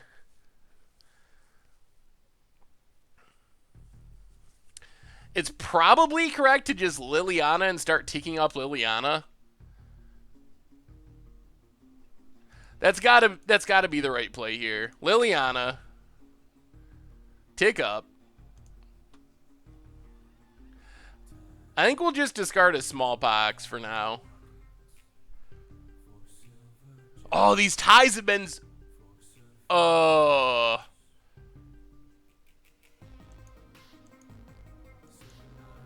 That was potentially a pun. We maybe should have seen that coming. That was bad. Of course, you got Obstinate Baloth. Why not? And you draw land. And you destroy our lands. Hooray. Land? Sorin.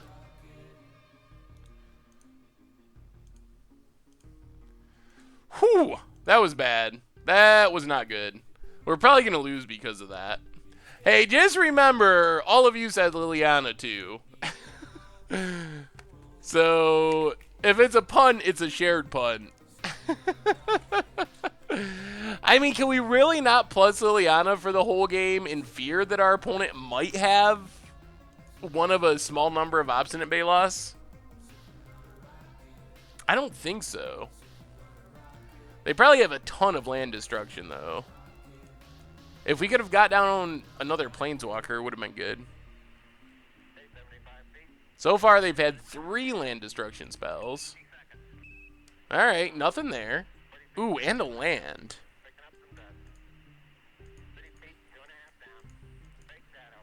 Well, Isolated Chapel, Crack Marsh Flats.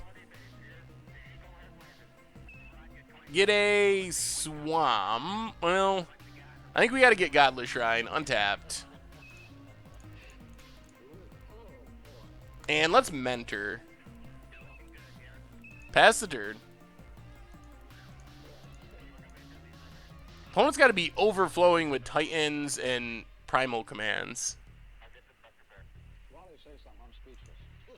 Or Dark Dwellers. Also potential. Alright, gonna Molten Rain one of our lands. Man, if we could draw... We need to draw a Flagstones. That would be the draw that would be so good here.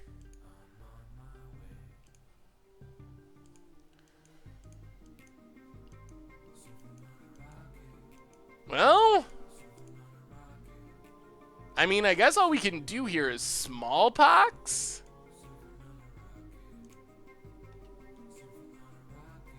I don't know if this is ideal, but it puts our opponent down a land and gets rid of the Dark Dwellers. We'll discard Lingering Souls. Oh man, Flagstones would be so sweet in this map. Oh no! Alright, that's game. Oh, wow. Well, we need to be aware of Obstinate Baloths. Our opponent had 2 in hand. Oh, goodness. Goodness. Well, that plan is not working. Oh, my goodness.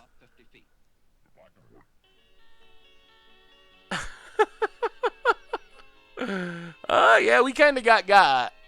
Just as much as we've been getting people. Well, can we take out Smallpox somehow? We don't really have enough cards to bring in. I guess we can bring in Duresses. Go down Smallpox.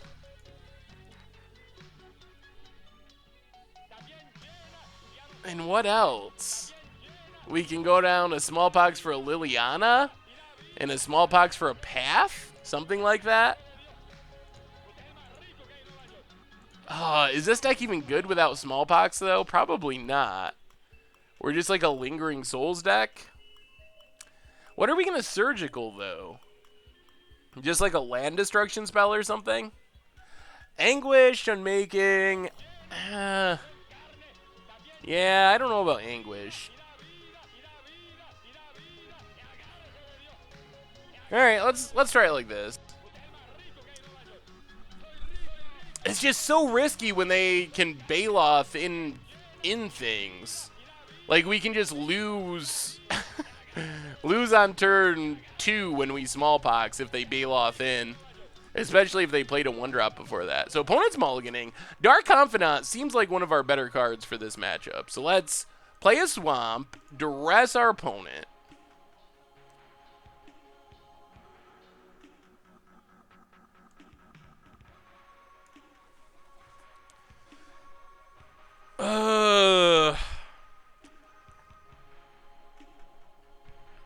One land, 2 land destruction spells, Utopia Sprawl.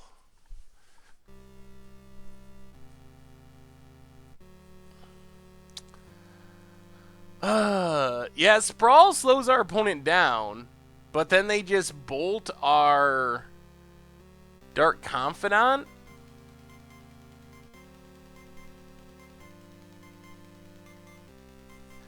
If we take Bolt, we play Bob, they Utopia Sprawl. If they draw a land, they can kill our land.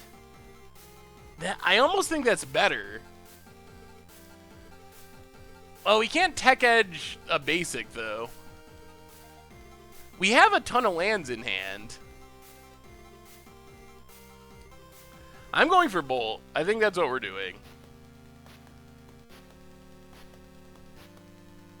Well, they have Anger, though. They could just draw a second land and anger our Bob before we do anything. Alright, Utopia Sprawl go. If they didn't have the Anger, I would have taken Bolt. But this puts them in a position where if they had drawn a land, they still would have been able to just kill our Dark Confidant.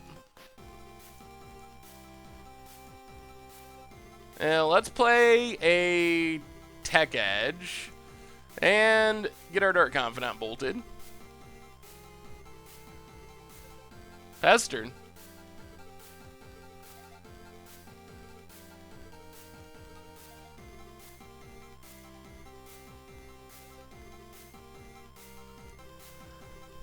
Opponent.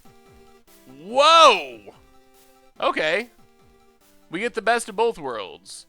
We get a Dark Confidant that lives, and we get rid of Utopia Sprawl. How is our opponent not bolting this Bob? How is that possible? I've never seen such a thing all the days of my life. Fatal Pushes are not great, but Godless Shrine. I'm so confused. Yeah, we're going to get some tithe value at some point. I can't believe they're not killing our Bob.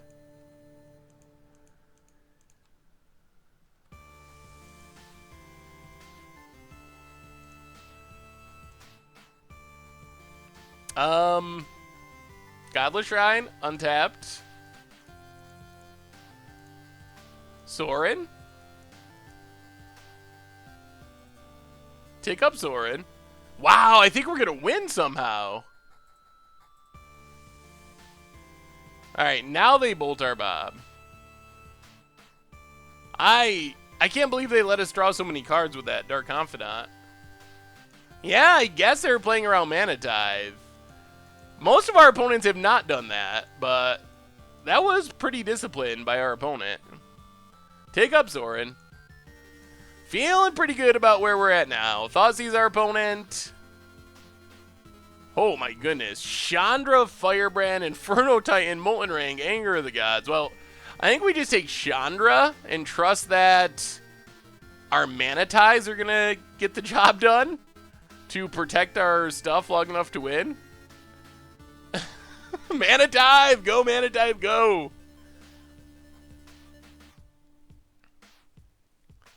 Arbor Elf. Well, we'll just Fatal Push that.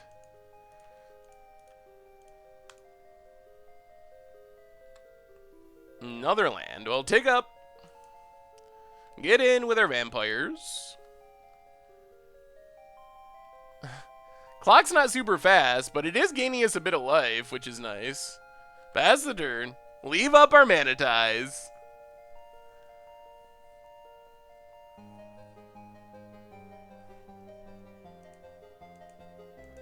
Alright, there's the Utopia Sprawl.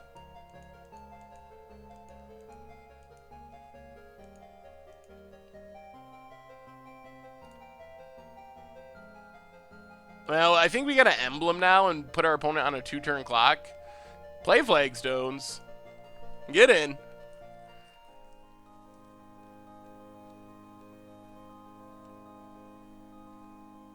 And pestered.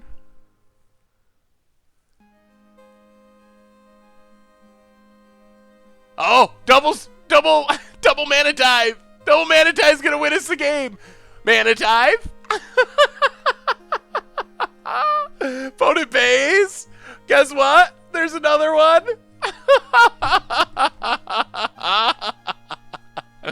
Oh, we got him. Double Mana Tithe. When one Mana Tithe isn't enough. Oh, goodness. Whew. Sweet. Up to 3-0. The 5-0 dream is alive. We've already guaranteed ourselves a treasure chest, and we have Mana Tithe. We have Mana Tithe, and Mana Tithe, and Mana Tithe. Oh, it's been so good. What are we up to with Mana Tides? Where's the count at, actually? It's got to be, it is high. Do we count both of those is the question. Because we fired off 2. Do they both count?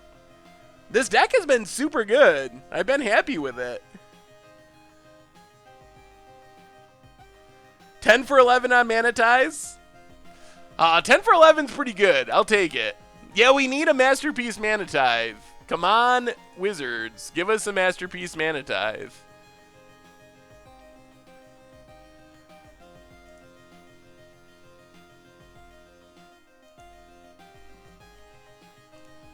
Alright, on to round 4. Keep the treasure chest going. Do you have any new...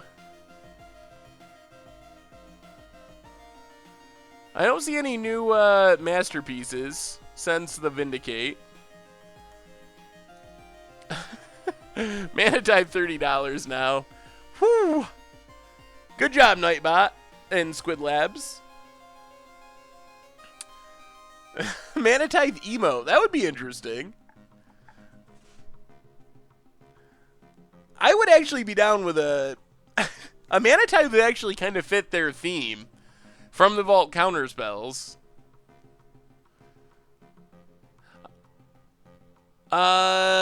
Nixor, ideally, yes, you're supposed to play against other people with the same record, although occasionally on Magic Online there are some bugs that makes it so that doesn't happen, but that's how it's supposed to work, yes, is you play against people with the same record. Alright, what are we up against here? We have our Thoughtseize, which is good. Bloodstained Mire. Jund, maybe? Well, let's just Concealed Courtyard and Thoughtseize. Kalidas, Dark Confidant. I guess we just take Kalidas, pass the turn. We can kill Bob in any number of ways.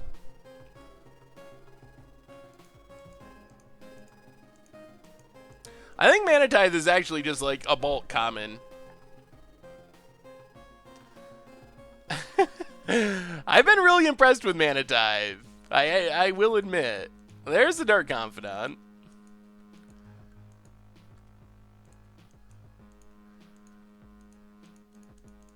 Do we just Smallpox is the question. I guess? Smallpox, discard Death Cloud, sack Urborg? Something like that? Either that or we just Collective Brutality. That might be fine. Yeah, let's Collective Brutality. Let's play Urborg and just escalate Collective Brutality, kill Dark Confidant, and Duress just in case. And we'll just discard the Death Cloud. So target our opponent, kill Dark Confidant, discard Death Cloud. Ooh, alright. Inquisition. Glad we got rid of that. Because now, if we can get out Monastery Mentor, then our Smallpox... The Smallpox is better for us than it is for our opponent. We kind of break the symmetry if we can have the Mentor down first. And this gives our opponent a chance to play another creature. Well, Godless Shrine, untapped. And just run a Mentor out there. Pass the turn. Hope our opponent didn't draw removal. Ooh, opponent cracks Delta. Another Blood Crypt. Are they triggering Revolt? Yep. Alright, Fatal Push.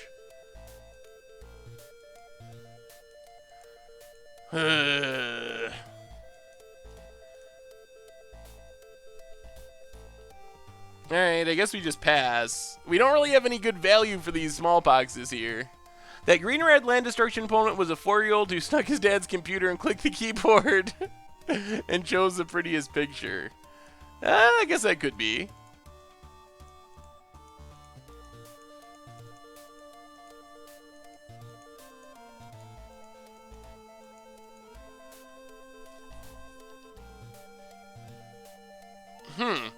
Alright, no magic for us. We have been Blood Mooned. Well, hopefully we draw some basic lands.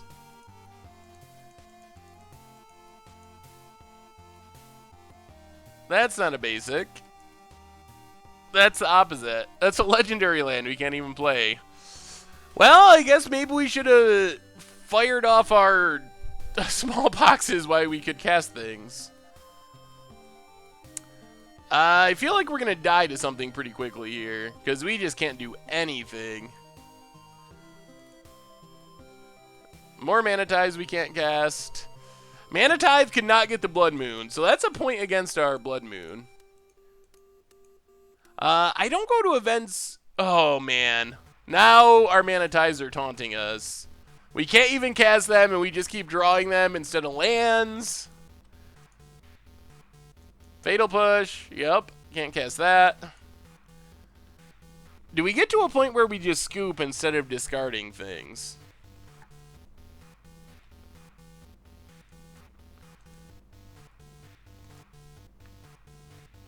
How many basics are in this deck list? Yep, Blood Moon. Still a good Magic card.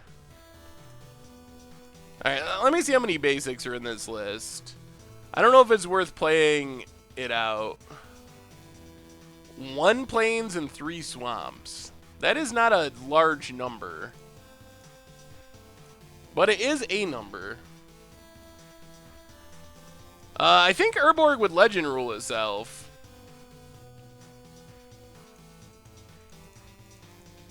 Urborg can't even cause a replacement effect because it's a mountain.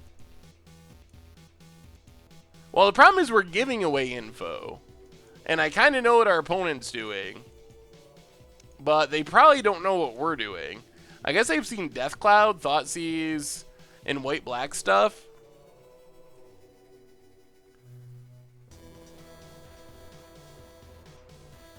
Huh. No, Urborg will not give us swamps. Do we have a new masterpiece? Whoa, Dark Ritual! Sweet! That's a good one. I like it. It does not fit the theme, though. That is so odd. Is this real? I mean, I guess with this crazy border, it's gotta be. No one would have known to fake it to look like that. Huh. Dark Ritual is an odd choice. Just because it doesn't fit with the rest of the cards. I think we're going to scoop. I don't think it's worth playing it out. I believe deck is winning with Demigod of Revenge. Okay. Blood Moons. So Fragmentize can kill it. But we probably just want Anguished Unmaking. Maybe Duresses. And maybe like Lingering Souls? Something like that. Whoa. Going down. We'll keep our Manitize. We probably got to keep Fatal Push for Dark Confidant. Maybe the Death Cloud.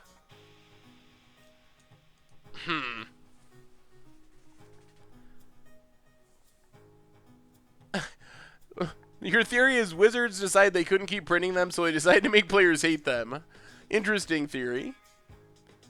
Do I think storage lands will make a return in the new set? They don't come up very often. And Mono Blue Brains definitely did like having a storage land, so it's not impossible, but I don't know if I'd say it's likely that we'd get more storage lands.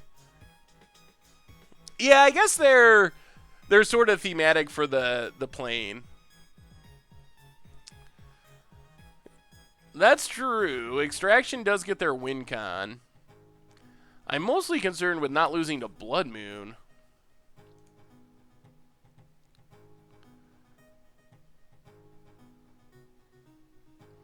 Go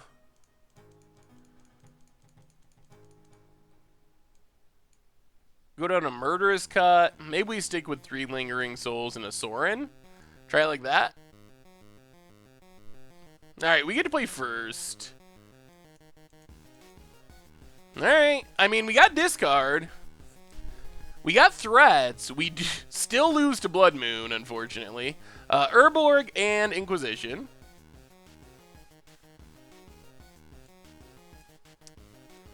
Double Dark Confidant. Well, we'll just take Inquisition, I think. Well, yeah, take Inquisition. Pass the turn. We can actually deal with Double Dark Confidant. The real question is, how many puns can people make about Manitide spiking since it's color shifted Force Spike? It's true. Ooh, that's actually good. Play Flagstones, pass the turn. We can Legend Rule our Flagstones and get a basic Plains, which is actually kind of important here. Dark Confidant. Resolve. Kill Dark Confidant. And a swamp. Okay. Ha! Looks like we get to play Magic this game. So tap. Play Flagstones. Keep the untapped one. Sack flagstones. Get a basic plains. And I think we just lingering souls for now. Our opponent does have that anger, so we got to be alert about that. Ramach, welcome to the Fishbowl, and thank you for your subscription. Big scoops here for our new subscriber. All right, opponent Blood Moons. That's actually surprisingly okay.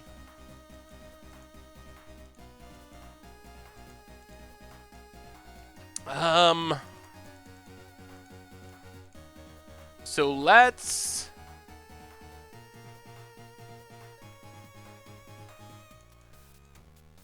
How worried are we about discard?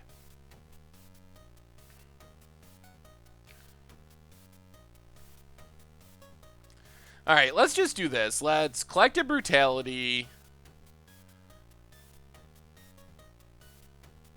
2 modes.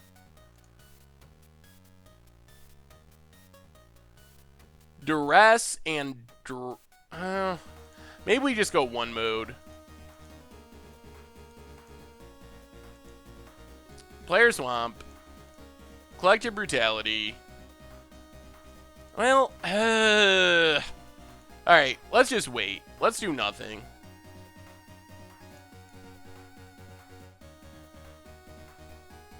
So the problem is, we know our opponent has that anger. If we just keep playing our creatures, our opponent can anger everything. If we collect a Brutality right now, our opponent can play a Dark Confidant, and we don't have an answer for it. If we wait, we get beaten by discard. Our opponent can play a Dark Confidant. I think it's best to wait. Let's just wait. Pass the turn. If our opponent does manage to Dark Confidant plus discard spell on Brutality, then at least they can't really anger, or else they're going to have to kill their own Dark Confidant. So I think that kind of works in our favor to some extent. Or they have a Kalitas. Yeah. We do not have a way to just kill Kalitas.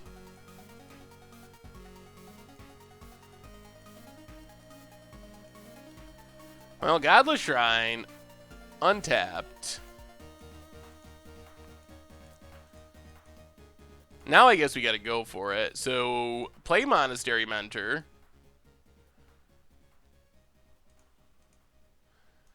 Collective Brutality, duress our opponent. Trigger Mentor. Get rid of the anger. Opponent just has Dark Confidant.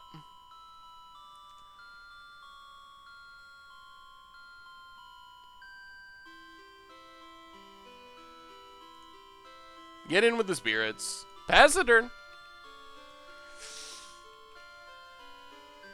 Blood Moon Invocation would be sweet as well. We're supposed to know tomorrow they're all going to be spoiled. Wow. Alright. Good draw, good draw. Good draw. Well, I think the 5-0 Dream is dying behind this Blood Moon and Terminate off the top. Opponent gets in with Kalitas.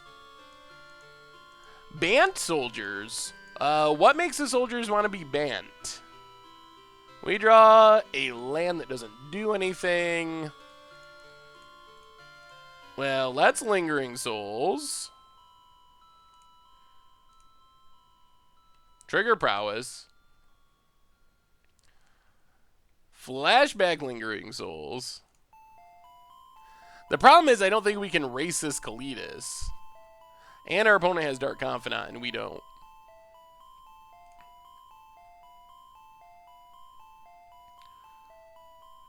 Yeah, I don't know about this Terminate art.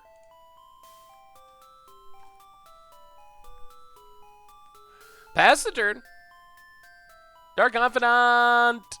Oh, gets a Pack Rat. Interesting. There's a Pack Rat.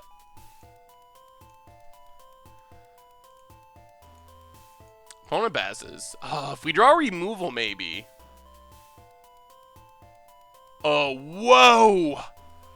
Oh, wow. Wow. We might be able to steal this win.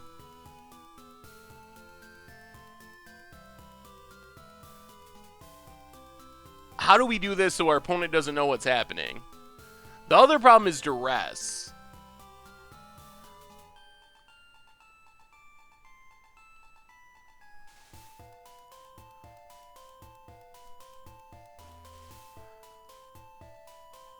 Yeah, I guess we can just emblem attack with everything. Sorin, trigger prowess.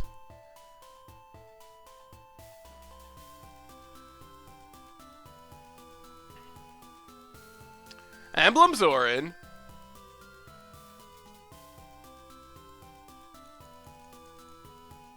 Get in with all the flyers.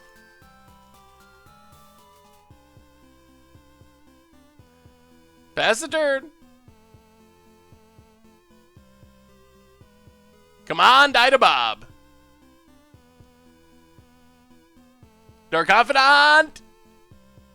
Yes! Got him! Rabble Master. Woo! The 5-0 Dream is back alive thanks to our opponent's Dark Confidant. Oh, goodness. Whew. Okay, still alive. I guess we should probably bring in this path, go down a tithe.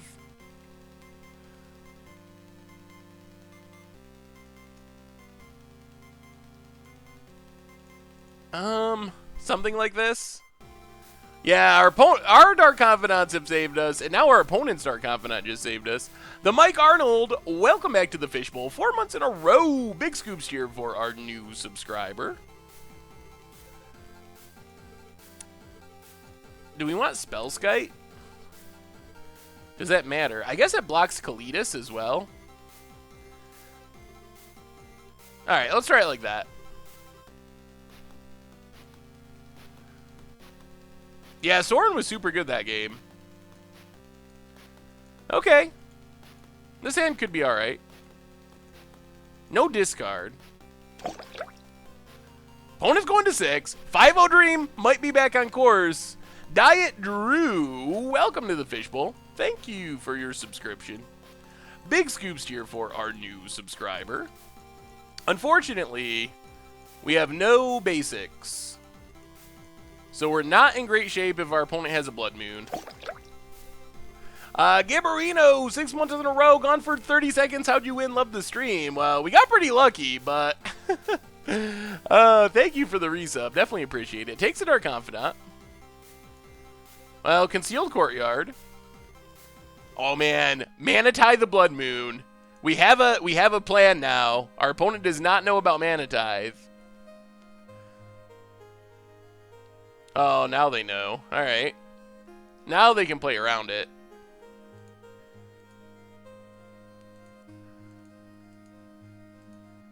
Oh, if they have Blood Moon, we're in such bad shape. Takes our Smallpox.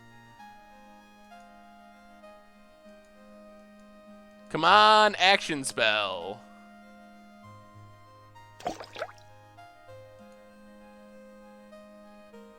Well, Godless Shrine, tapped.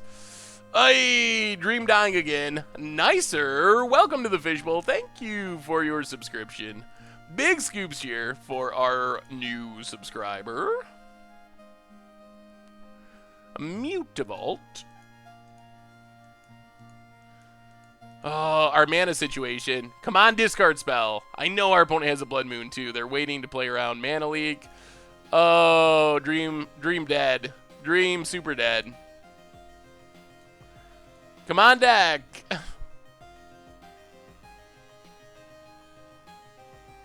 Oh, no Blood Moon. Okay.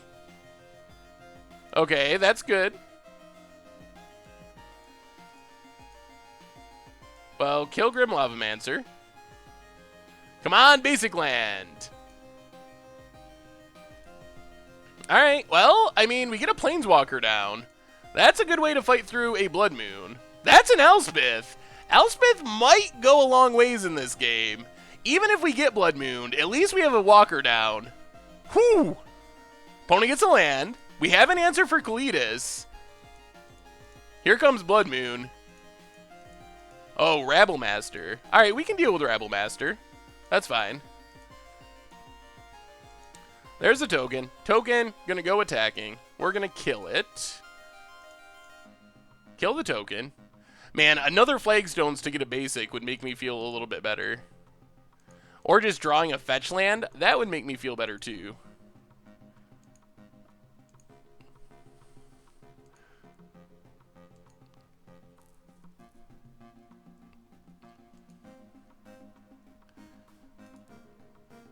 Alright, let's make a soldier.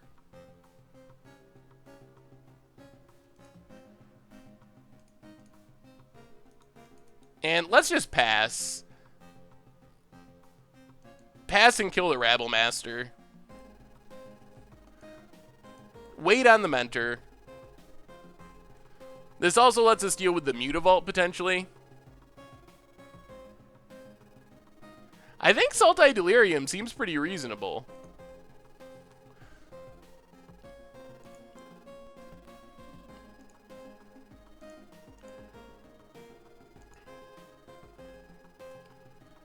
Everything going at Elspeth. Well, we block the Goblin.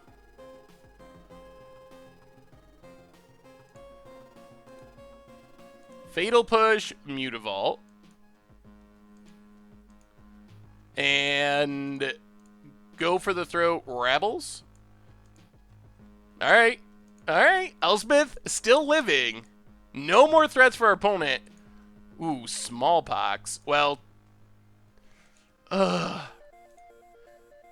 Take up Elspeth.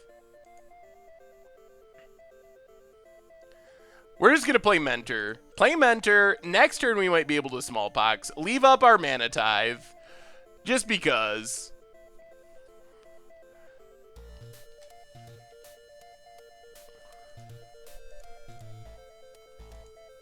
Alright. There's a Blood Moon. Well, it's all up to you, Elspeth. All up to you. Another Mana Tithe. Make a soldier.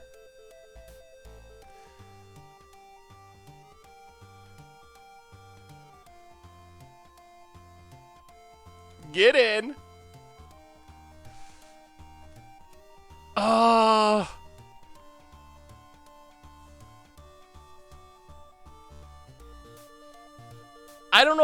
I don't think that was necessarily the right play. Opponent Lightning Bolts. Elspeth. Keep it from ultimating. And Bolts our Mentor. Alright, opponent's out of cards. Top deck battles. We draw a land that does nothing.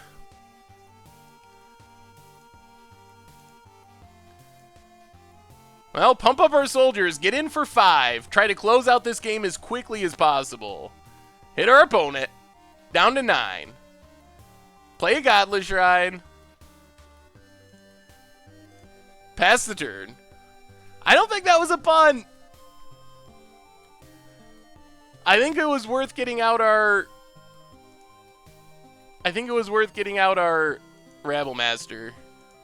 Alright, same plan. Tick up. Go attacking. Presenting lethal next turn if our opponent doesn't draw anything. Do we have it? 4-0? One more. Uh-oh. Uh-oh. Anger. Okay. That buys our opponent a turn. Or 2 turns. Make a soldier. Pass the turn. Oh, this Elspeth is going to get us there.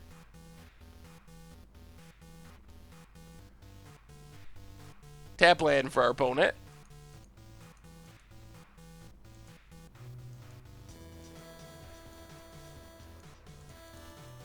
Do we have it? The 4-0? One more win for the 5-0 in all the chests? Oh, GG's! We got the GG's! Up to 4-0. One more win for the 5-0 with Smallpox. Whoo, sweet. Oh, man, this deck is working. It's doing really well. Wow. All right. Well, one more 30-second commercial. Then we will be back with round 5, playing for the 5-0.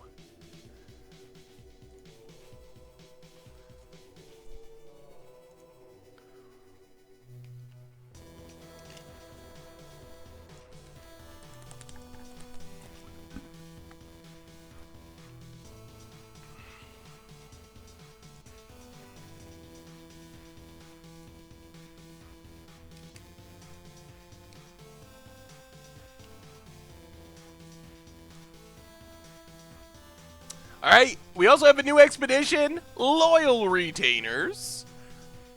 Not bad. Was ridiculously expensive, but then it was in a From the Vault, so... looks pretty cool, though. I like the art.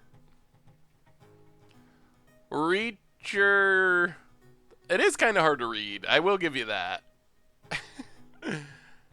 Not Tron. Please not Tron.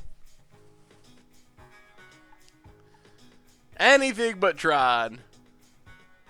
So I sold cards on eBay and it says they were bought by MTG Goldfish. Like, really? Probably bought by Richard. I think that's most likely his eBay name. What were the cards? I'm curious now. Were they Goblin Guides? He said he just bought a couple Goblin Guides. Because he's been playing 8-Whack. Boros 8-Whack. Have I considered Force Spike Tribal for Against the Odds? That can actually be pretty sweet. Runeboggle? Runeboggle is the best. Out of all the ways to Force Spike someone, Runeboggle is the most depressing. Do I think the recent spikes, such as Scalding Tarn from Modern Masters 17, means it's time to buy? It might be. It's unclear whether there's more supply coming, like more boxes. If there are, that could change things. We did, Josh Pa. We 4-0. That's true. We probably do have a good Tron matchup. There was another question I missed. Against Odds Apes, that would be pretty good. Miracles in Modern. I've always wanted to do that, but I haven't figured out how yet. Oh, do I see Richard in real life? I have met Richard in real life. We live all the way across the country, so we don't like hang out in real life, but we have met in real life. I have a new subscriber, Lai Haunted, 5 months in a row. Welcome back to the Fishbowl. Thank you for your subscription. Big Scoops here for our new subscriber. Blood Crypt for our opponent. And Inquisition. Is this the same matchup? We just won it last time. Yeah, Crystal Ball is a really crappy top, but it is sort of top-esque. Richard actually lives in California. He is Canadian, but he lives in California. Tomer is Canadian and lives in Canada. And then, where does Tom live? I think in Florida? I think Jake actually lives in Florida, too. I think they both live in Florida. I've never met Tomer in real life. I'm sure we probably will someday. Takes our Inquisition. Well, I think we're going to be conservative with our fetches, just in case. Get a basic, in case this is Blood Moon Day again. So we'll start with the Swamp, pass the turn. Next turn we can fetch out a Plains if we're worried about Blood Moon. Or maybe they're Jund or something and we'll realize it's not a concern. Let's just get a Plains, be safe. Marsh Flats, crack Marsh Flats. Shiny new Marsh Flats I opened in Modern Masters drafts. Where does Island Swamp live? I'm actually not sure. So we'll get a Plains. Play Dark Confidant. I'm sure this is going to die, but still think we should do it. Pass the turn.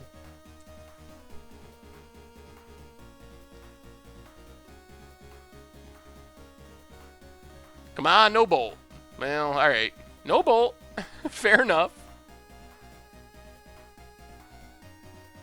Alright, so this is Jund. Hopefully there's not a Liliana here. Liliana would be the worst thing we could see this turn. Can we fight against Jund? For the 5-0!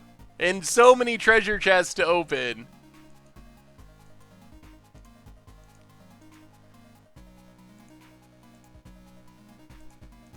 Alright, well, there's a Goyf. Luckily, we can kill it. Ooh, and Inquisition. That's good. Get rid of Liliana. Thank God. Play Urborg. And pass the turn. Man, Smallpox would be super punishing. If we could draw a Smallpox here, it would be so good. Because we have our Flagstones, and it would put our opponent to 1 land. This is the time where we need a Smallpox.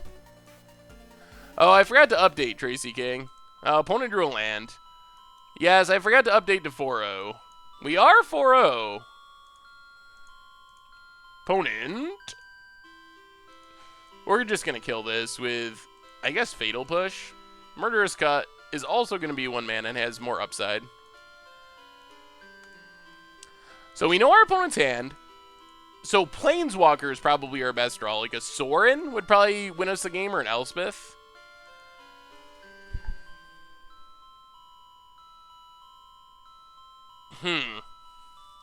There's the Smallpox. Do we fire it off, or do we wait for our opponent to draw a creature?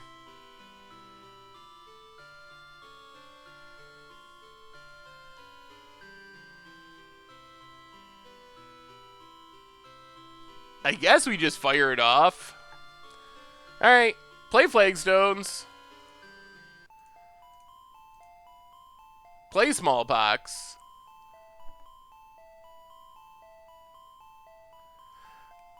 I think we just fire it off. Because our opponent could draw Liliana, and that would really wreck us. This is going to put our opponent down to just a Bolt, I assume. And it doesn't really cost us much. We discard Tech Edge, so we still have another Goyf or something covered.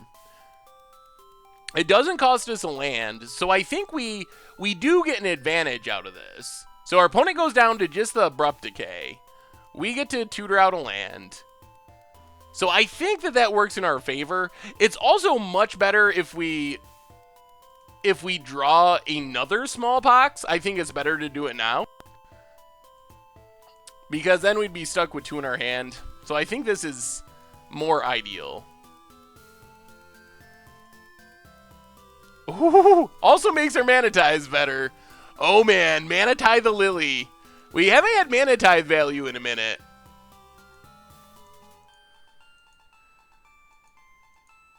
Yeah, we do have a relatively loose definition of punt in the chat. Lingering Souls is a very good card against Jund. Very good. Makes Abrupt Decays look kind of silly.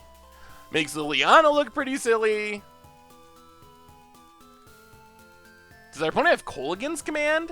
I guess we can Mana Tithe Kolaghan's Command if they have it. Let's close it out with these spirits. Get the 5-0 for all the chests.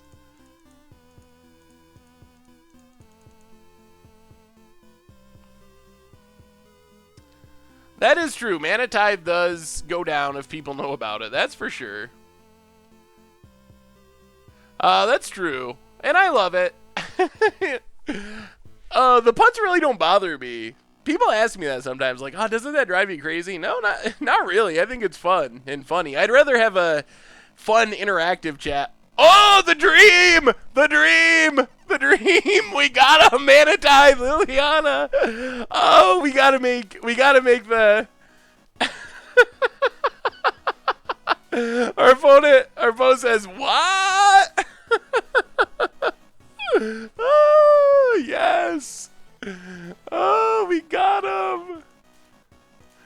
Alright, let's Lingering Souls.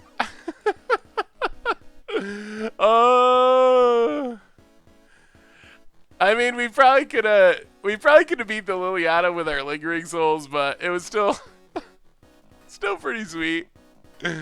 Oh, these Mana Tithes. Tap land for our opponent.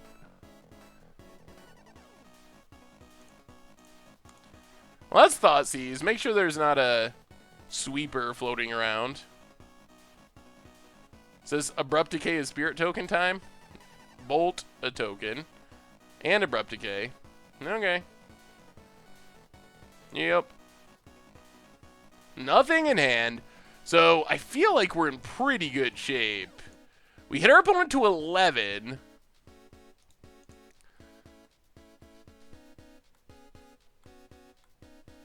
We have like a 2-turn clock after this. Yeah, we pretty much are. Oh, we drew another one. Man, if we get more value out of it, that would be so sweet. Flashback Souls, get in.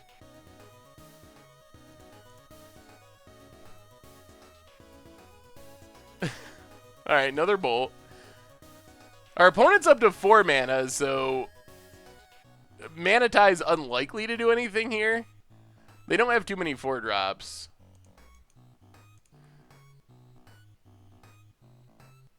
Well, let's get in with everything.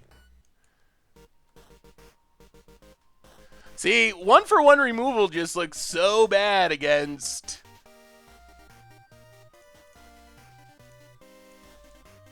So bad against Lingering Souls. Our opponents use like 4 real spells to kill 1 Lingering Souls, and we're up a game!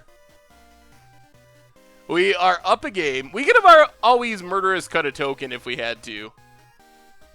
If Pulse was a issue. Alright, one more game for the 5-0. We're so close. So close.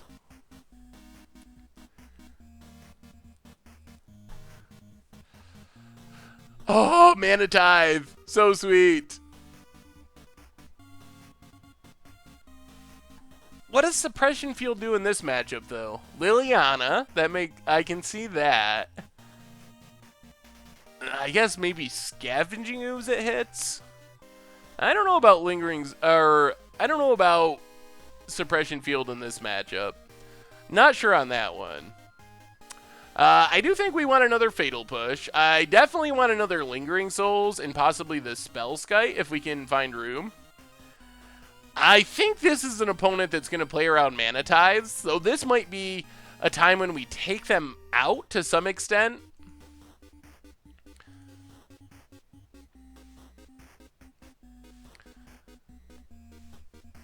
Yeah, definitely bring in the other souls.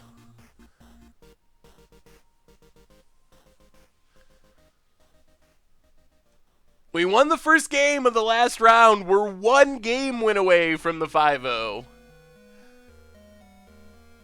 Alright, we'll go down the ties, go up 1 duress, and then we can bring the ties back in on the play. I also am curious to see how much our opponent plays around it.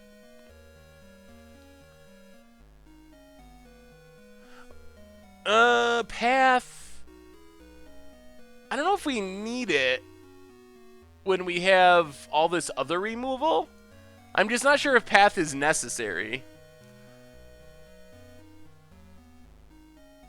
3 Fatal Pushes. I'm confident it was Richard since the website link he has on his PayPal is the Goldfish homepage. Yeah, that makes sense. Yeah, he probably... I don't know what he's playing with Fatal Pushes. Probably needed them for Jund in Modern. That's one of his primary decks.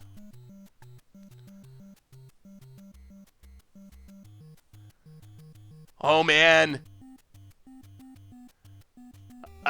If we can win one of these next 2 games, one of the next 2, we're going to get to open a bunch of chests, a bunch of treasure chests.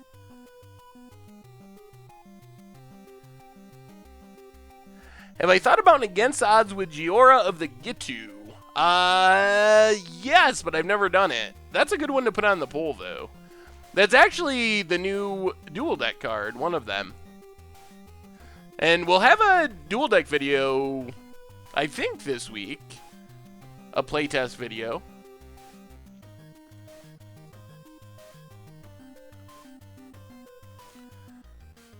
Probably going to have to mulligan this, I think.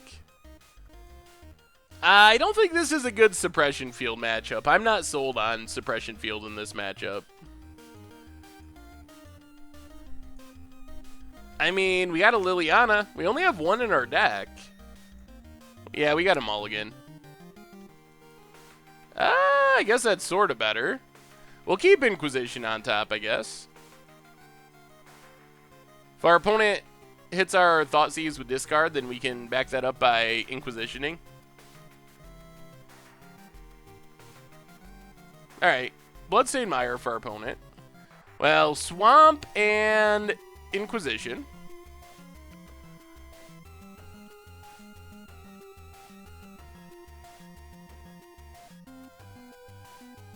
Ooh, Kolaghan's Command, Huntmaster.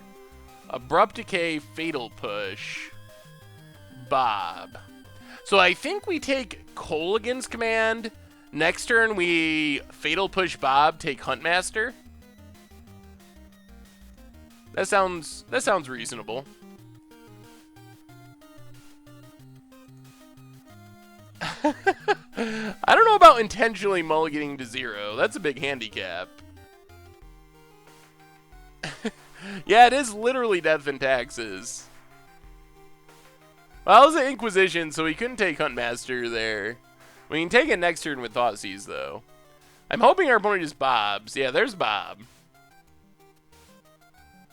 Ooh, we drew a land, too.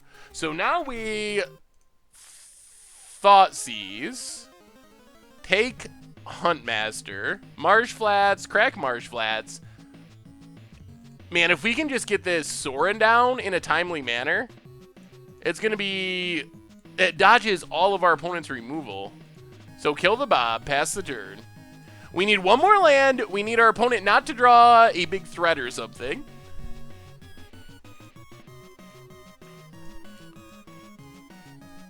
Yep, everything according to plan so far. Tech Edge. Do we even play Mentor? I guess we have to. They can't push it, so they gotta Abrupt Decay it. Yeah, we're just gonna play it. Get the Abrupt Decay out of our opponent's hand. Yep. Ooh, nice promo Abrupt Decay. Cross our fingers, hope for a land here for this Sorin. Overgrown Tomb, tapped. Land? Land? Brutality. Alright, pass the turn. Maybe next turn.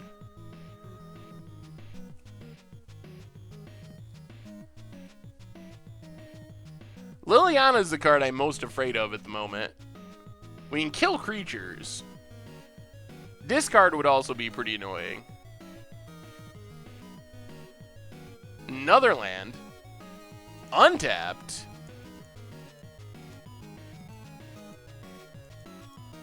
Huh. That's gonna make winning challenging. I'm not considering this. Well, we'll definitely have to bring in Anguish Unmaking. I'm not sure how we beat... I guess Liliana Ultimate is our only real out.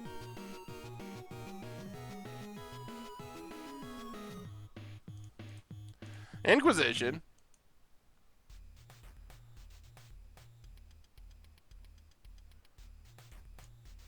Alright, opponent has nothing in hand. Yeah, we have answers we can bring in, but I didn't bring them in because I wasn't actually expecting Knight of Souls Betrayal. We could still win. We're ahead on cards, so if somehow we all play through our entire deck, we would win. All right, well, we get to go for the throw Olivia. The other possibility is plussing Sorin enough that our opponent... Man, we cannot draw this land. Pass the turn. Is plussing Sorin enough that we can make it so our opponent can't play creatures because we would ultimate? But we're going to need to draw land to do any of that. There's an Ooze. We get to Fatal Push Ooze.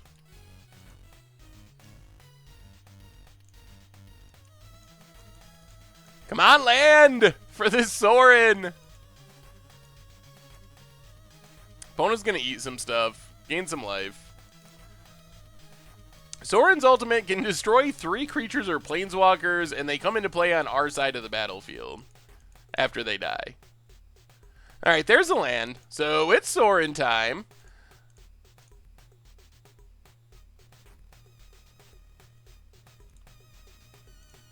We do not actually have an answer to... Man, our opponent's playing the Knight of Souls Betrayal with Dark Confidant. We don't have an answer to a Tarmogoyf here. Jeez. Opponent peels a Maelstrom Pulse. That was timely.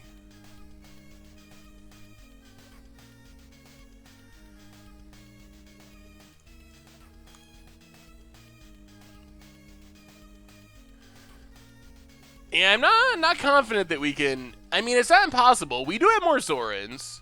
So it's not impossible that we can win. It may be unlikely. We're also ahead in time and in cards.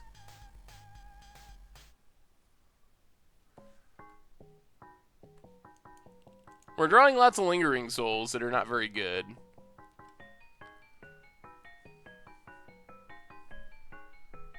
Yeah, we're up on all those weird measures.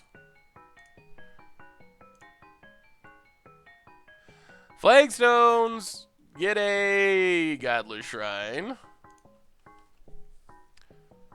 Well, we'll definitely sideboard in Anguish Unmaking for this scenario.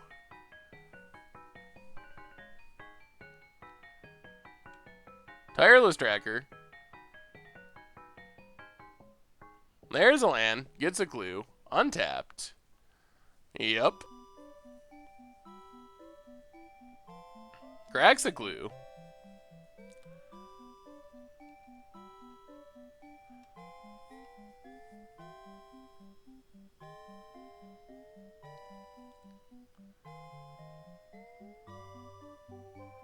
Oh, yeah. Well, now we gotta peel our Liliana.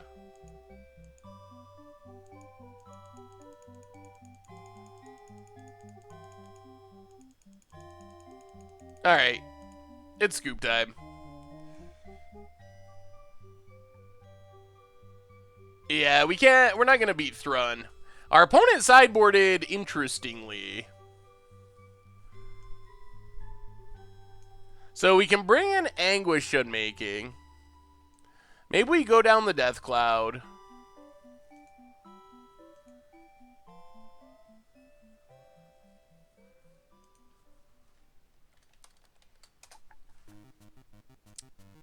I don't think we want to bring in Fragmentize. I think that's too much. That's like the only target. And we don't really want to weaken our deck that much.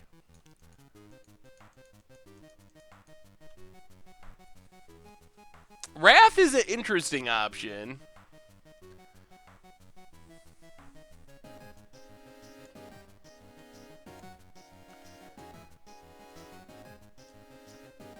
Oh, jeez. Opponent has a lot of resilient threats. We didn't really get Smallpox going at all that game.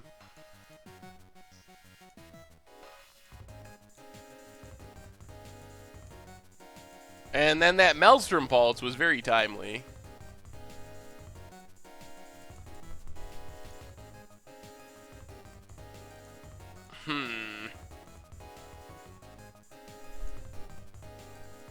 Alright, let's try it like that.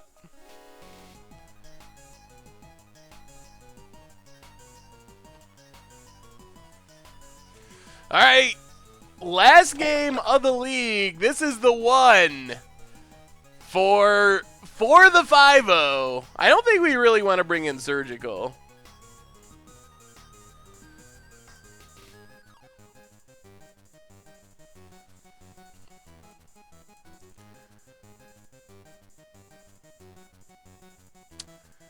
Alright.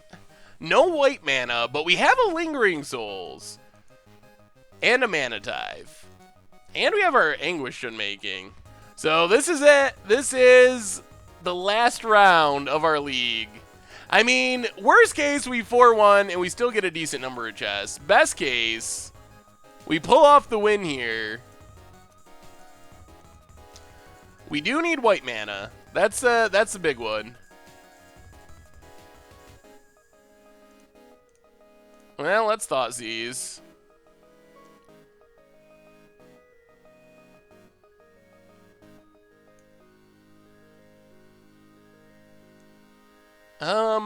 Gee. Alright, I guess we take Knight of Souls Betrayal. Play Urborg, pass the turn. Hope we find our white mana. So, Knight of Souls Betrayal's gone.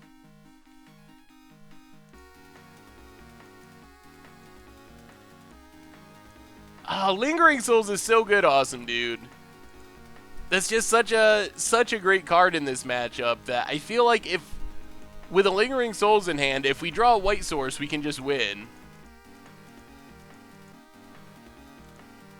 And we can deal with our opponent's creatures for the most part. There's the Ooze, so we Fatal Push the Ooze. White source here would be great, though. Alright, there's white source. And let's start Lingering Souls. Pass the turn. Our opponent can Finks, but we can Anguish Unmaking Finks if we need to. Or we can just race Finks.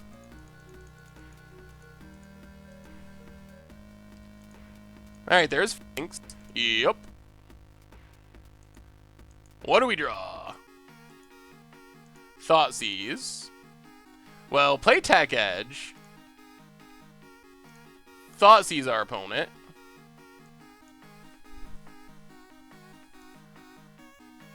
Get rid of...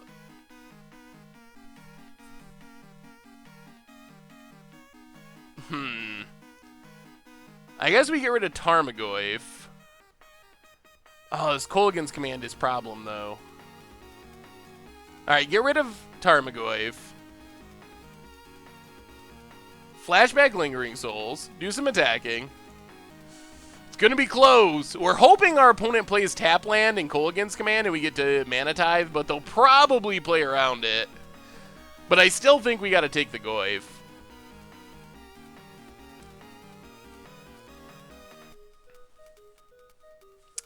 Yeah, Command gets the Goyf back, but there's a better chance that Mana Tithe pays off against Command.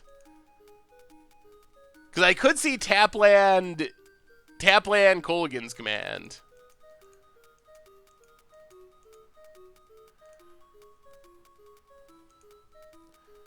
Opponent gets in with the Finks. Yup.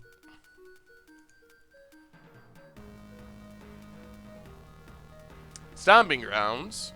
Untapped. Opponent passes. That was a good draw. So let's Inquisition. So this gets rid of Kolaghan's Command or the Goyf. Even if they get back Goyf, we get rid of it. And then we Anguished Unmaking the Finks, try to win with our Lingering Souls, maybe peel a Planeswalker.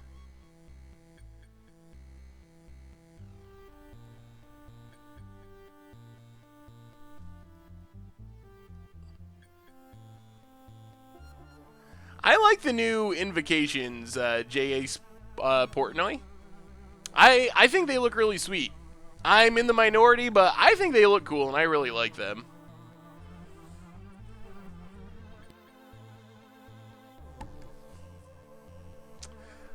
Oh, we're close. We're close. If our opponent Kolaghan's Command, Julian Miles, 4 months in a row, welcome back to the Fishbowl. Thank you for your subscription. Big scoops cheer for our new subscriber. Well, there goes our Mana Tithe.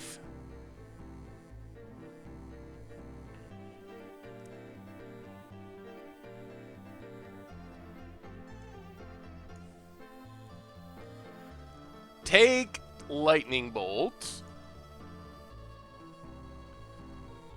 Get in with our spirits. Opponent only has Abrupt Decay in hand. Pass the turn. Aye. That's bad. There goes all of our tokens. Well, Anguished Unmaking the Finks. Come on, big draw. Go for the throw. All right, pass the attack. Oh, so who top decks better? Who top decks better? That's the question. Who draws a planeswalker? Or our opponent could draw like a Tron, would be pretty devastating. We could draw Lingering Souls. Opponent cracks it. All right. Top deck battles. We each have one removal spell in hand. We each have 4 lands. We have Ravine covered with Tech Edge.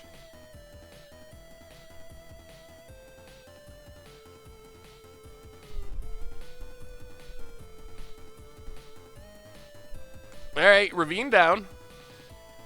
Come on, deck. Come on. Brutality. All right, pass the turn. That's not the top deck we were hoping for. Opponent passes. All right, pass the turn. No one's winning yet. We got to Tech Edge the Ravine, or we just die to it. All right, no one's winning yet. Play Flagstones. Pass the turn. Oh, this battle! Opponent plays a tap land. Who draws the threat? Well, alright. Dark Confidant.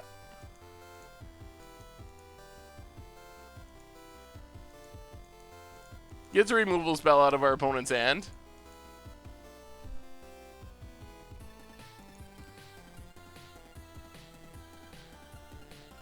Yep.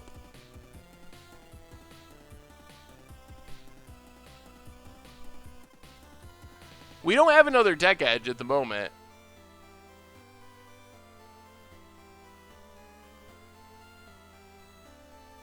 Dark Confidant, okay.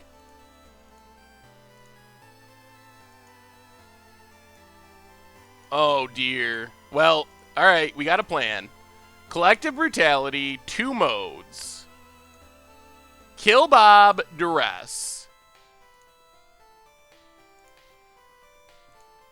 Discard the planes.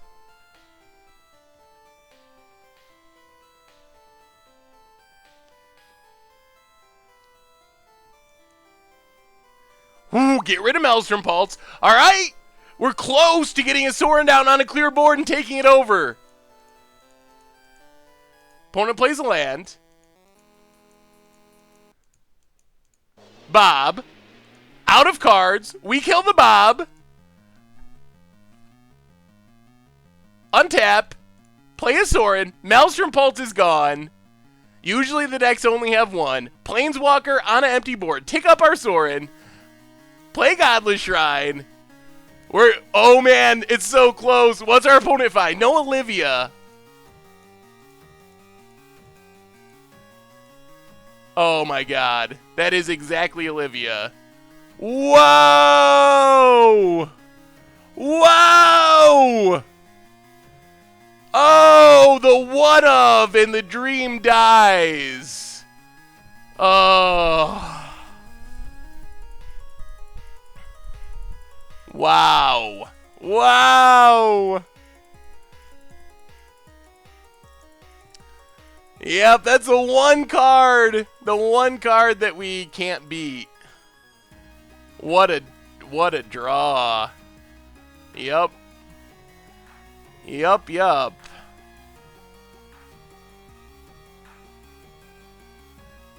Yep. Oh no.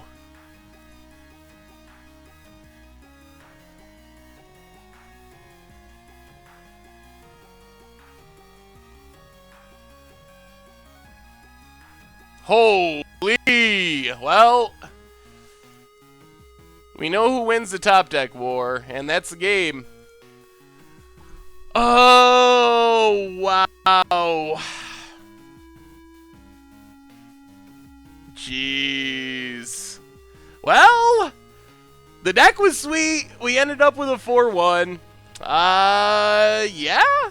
I mean, you get into top deck wars, and I will say that on average, Jund has better top decks than we do, but so they do have more powerful cards that they can draw into. But I feel like we did a good job of maneuvering into a position where we got Sorin down on an empty board, and we're in a position where if our opponent just drew average to below average for a couple turns, we would have been good. So I felt like we played that game pretty well.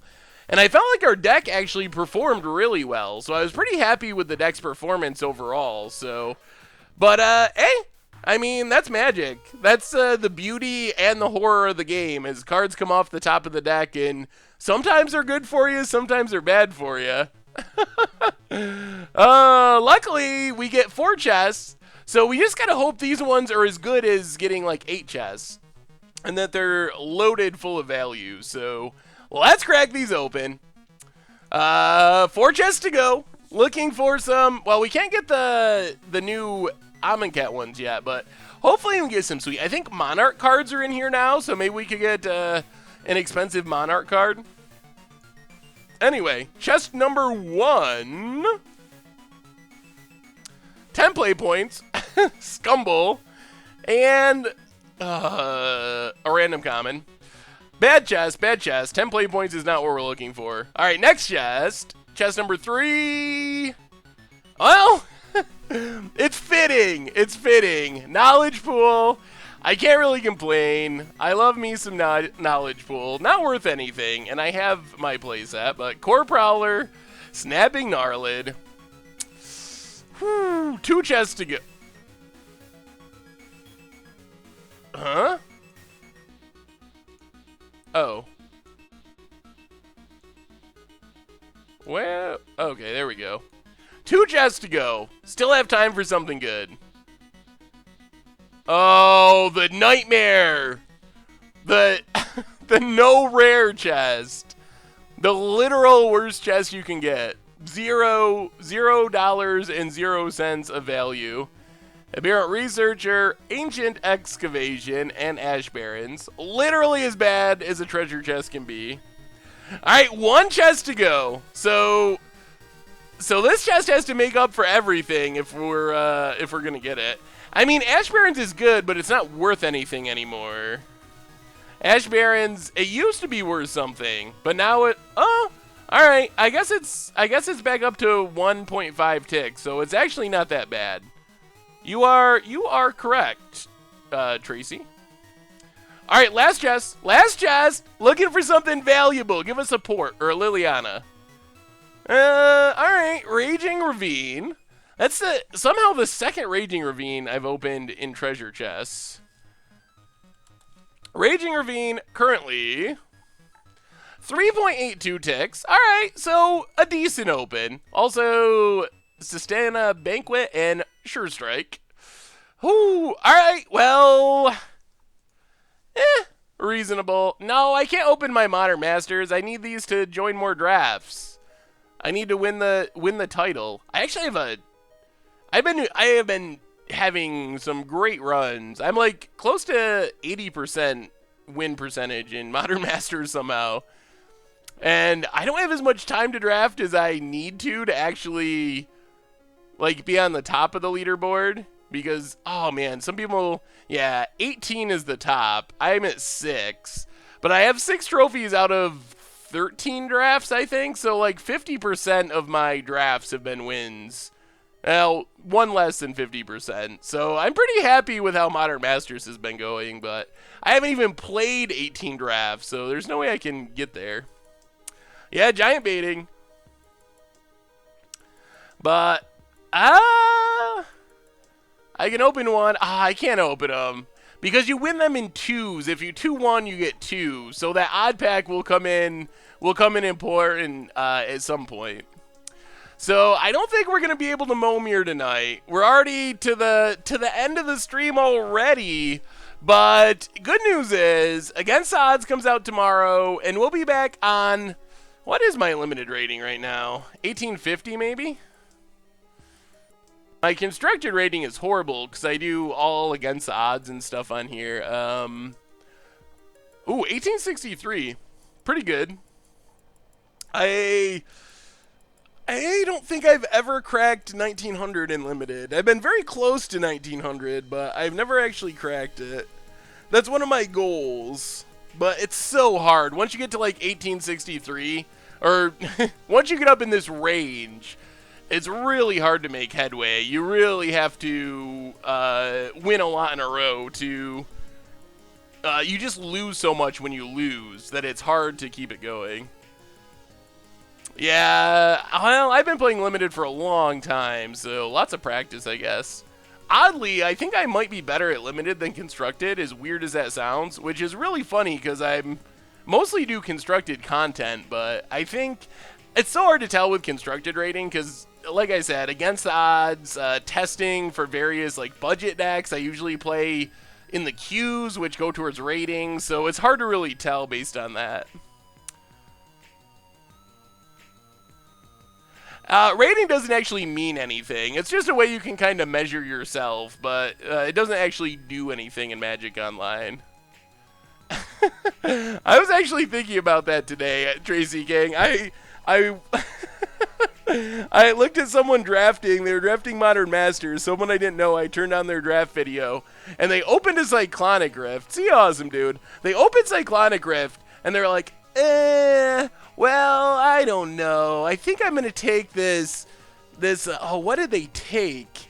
Spike Jester. I think I'm going to take this Spike Jester because Cyclonic Rift, yeah, it's kind of like a expensive unsummon a lot of the time. I was like, oh my gosh. And I was like, but I wanted to tweet about it, and I was like, no, I can't actually say anything because I passed that Loxodon Warhammer.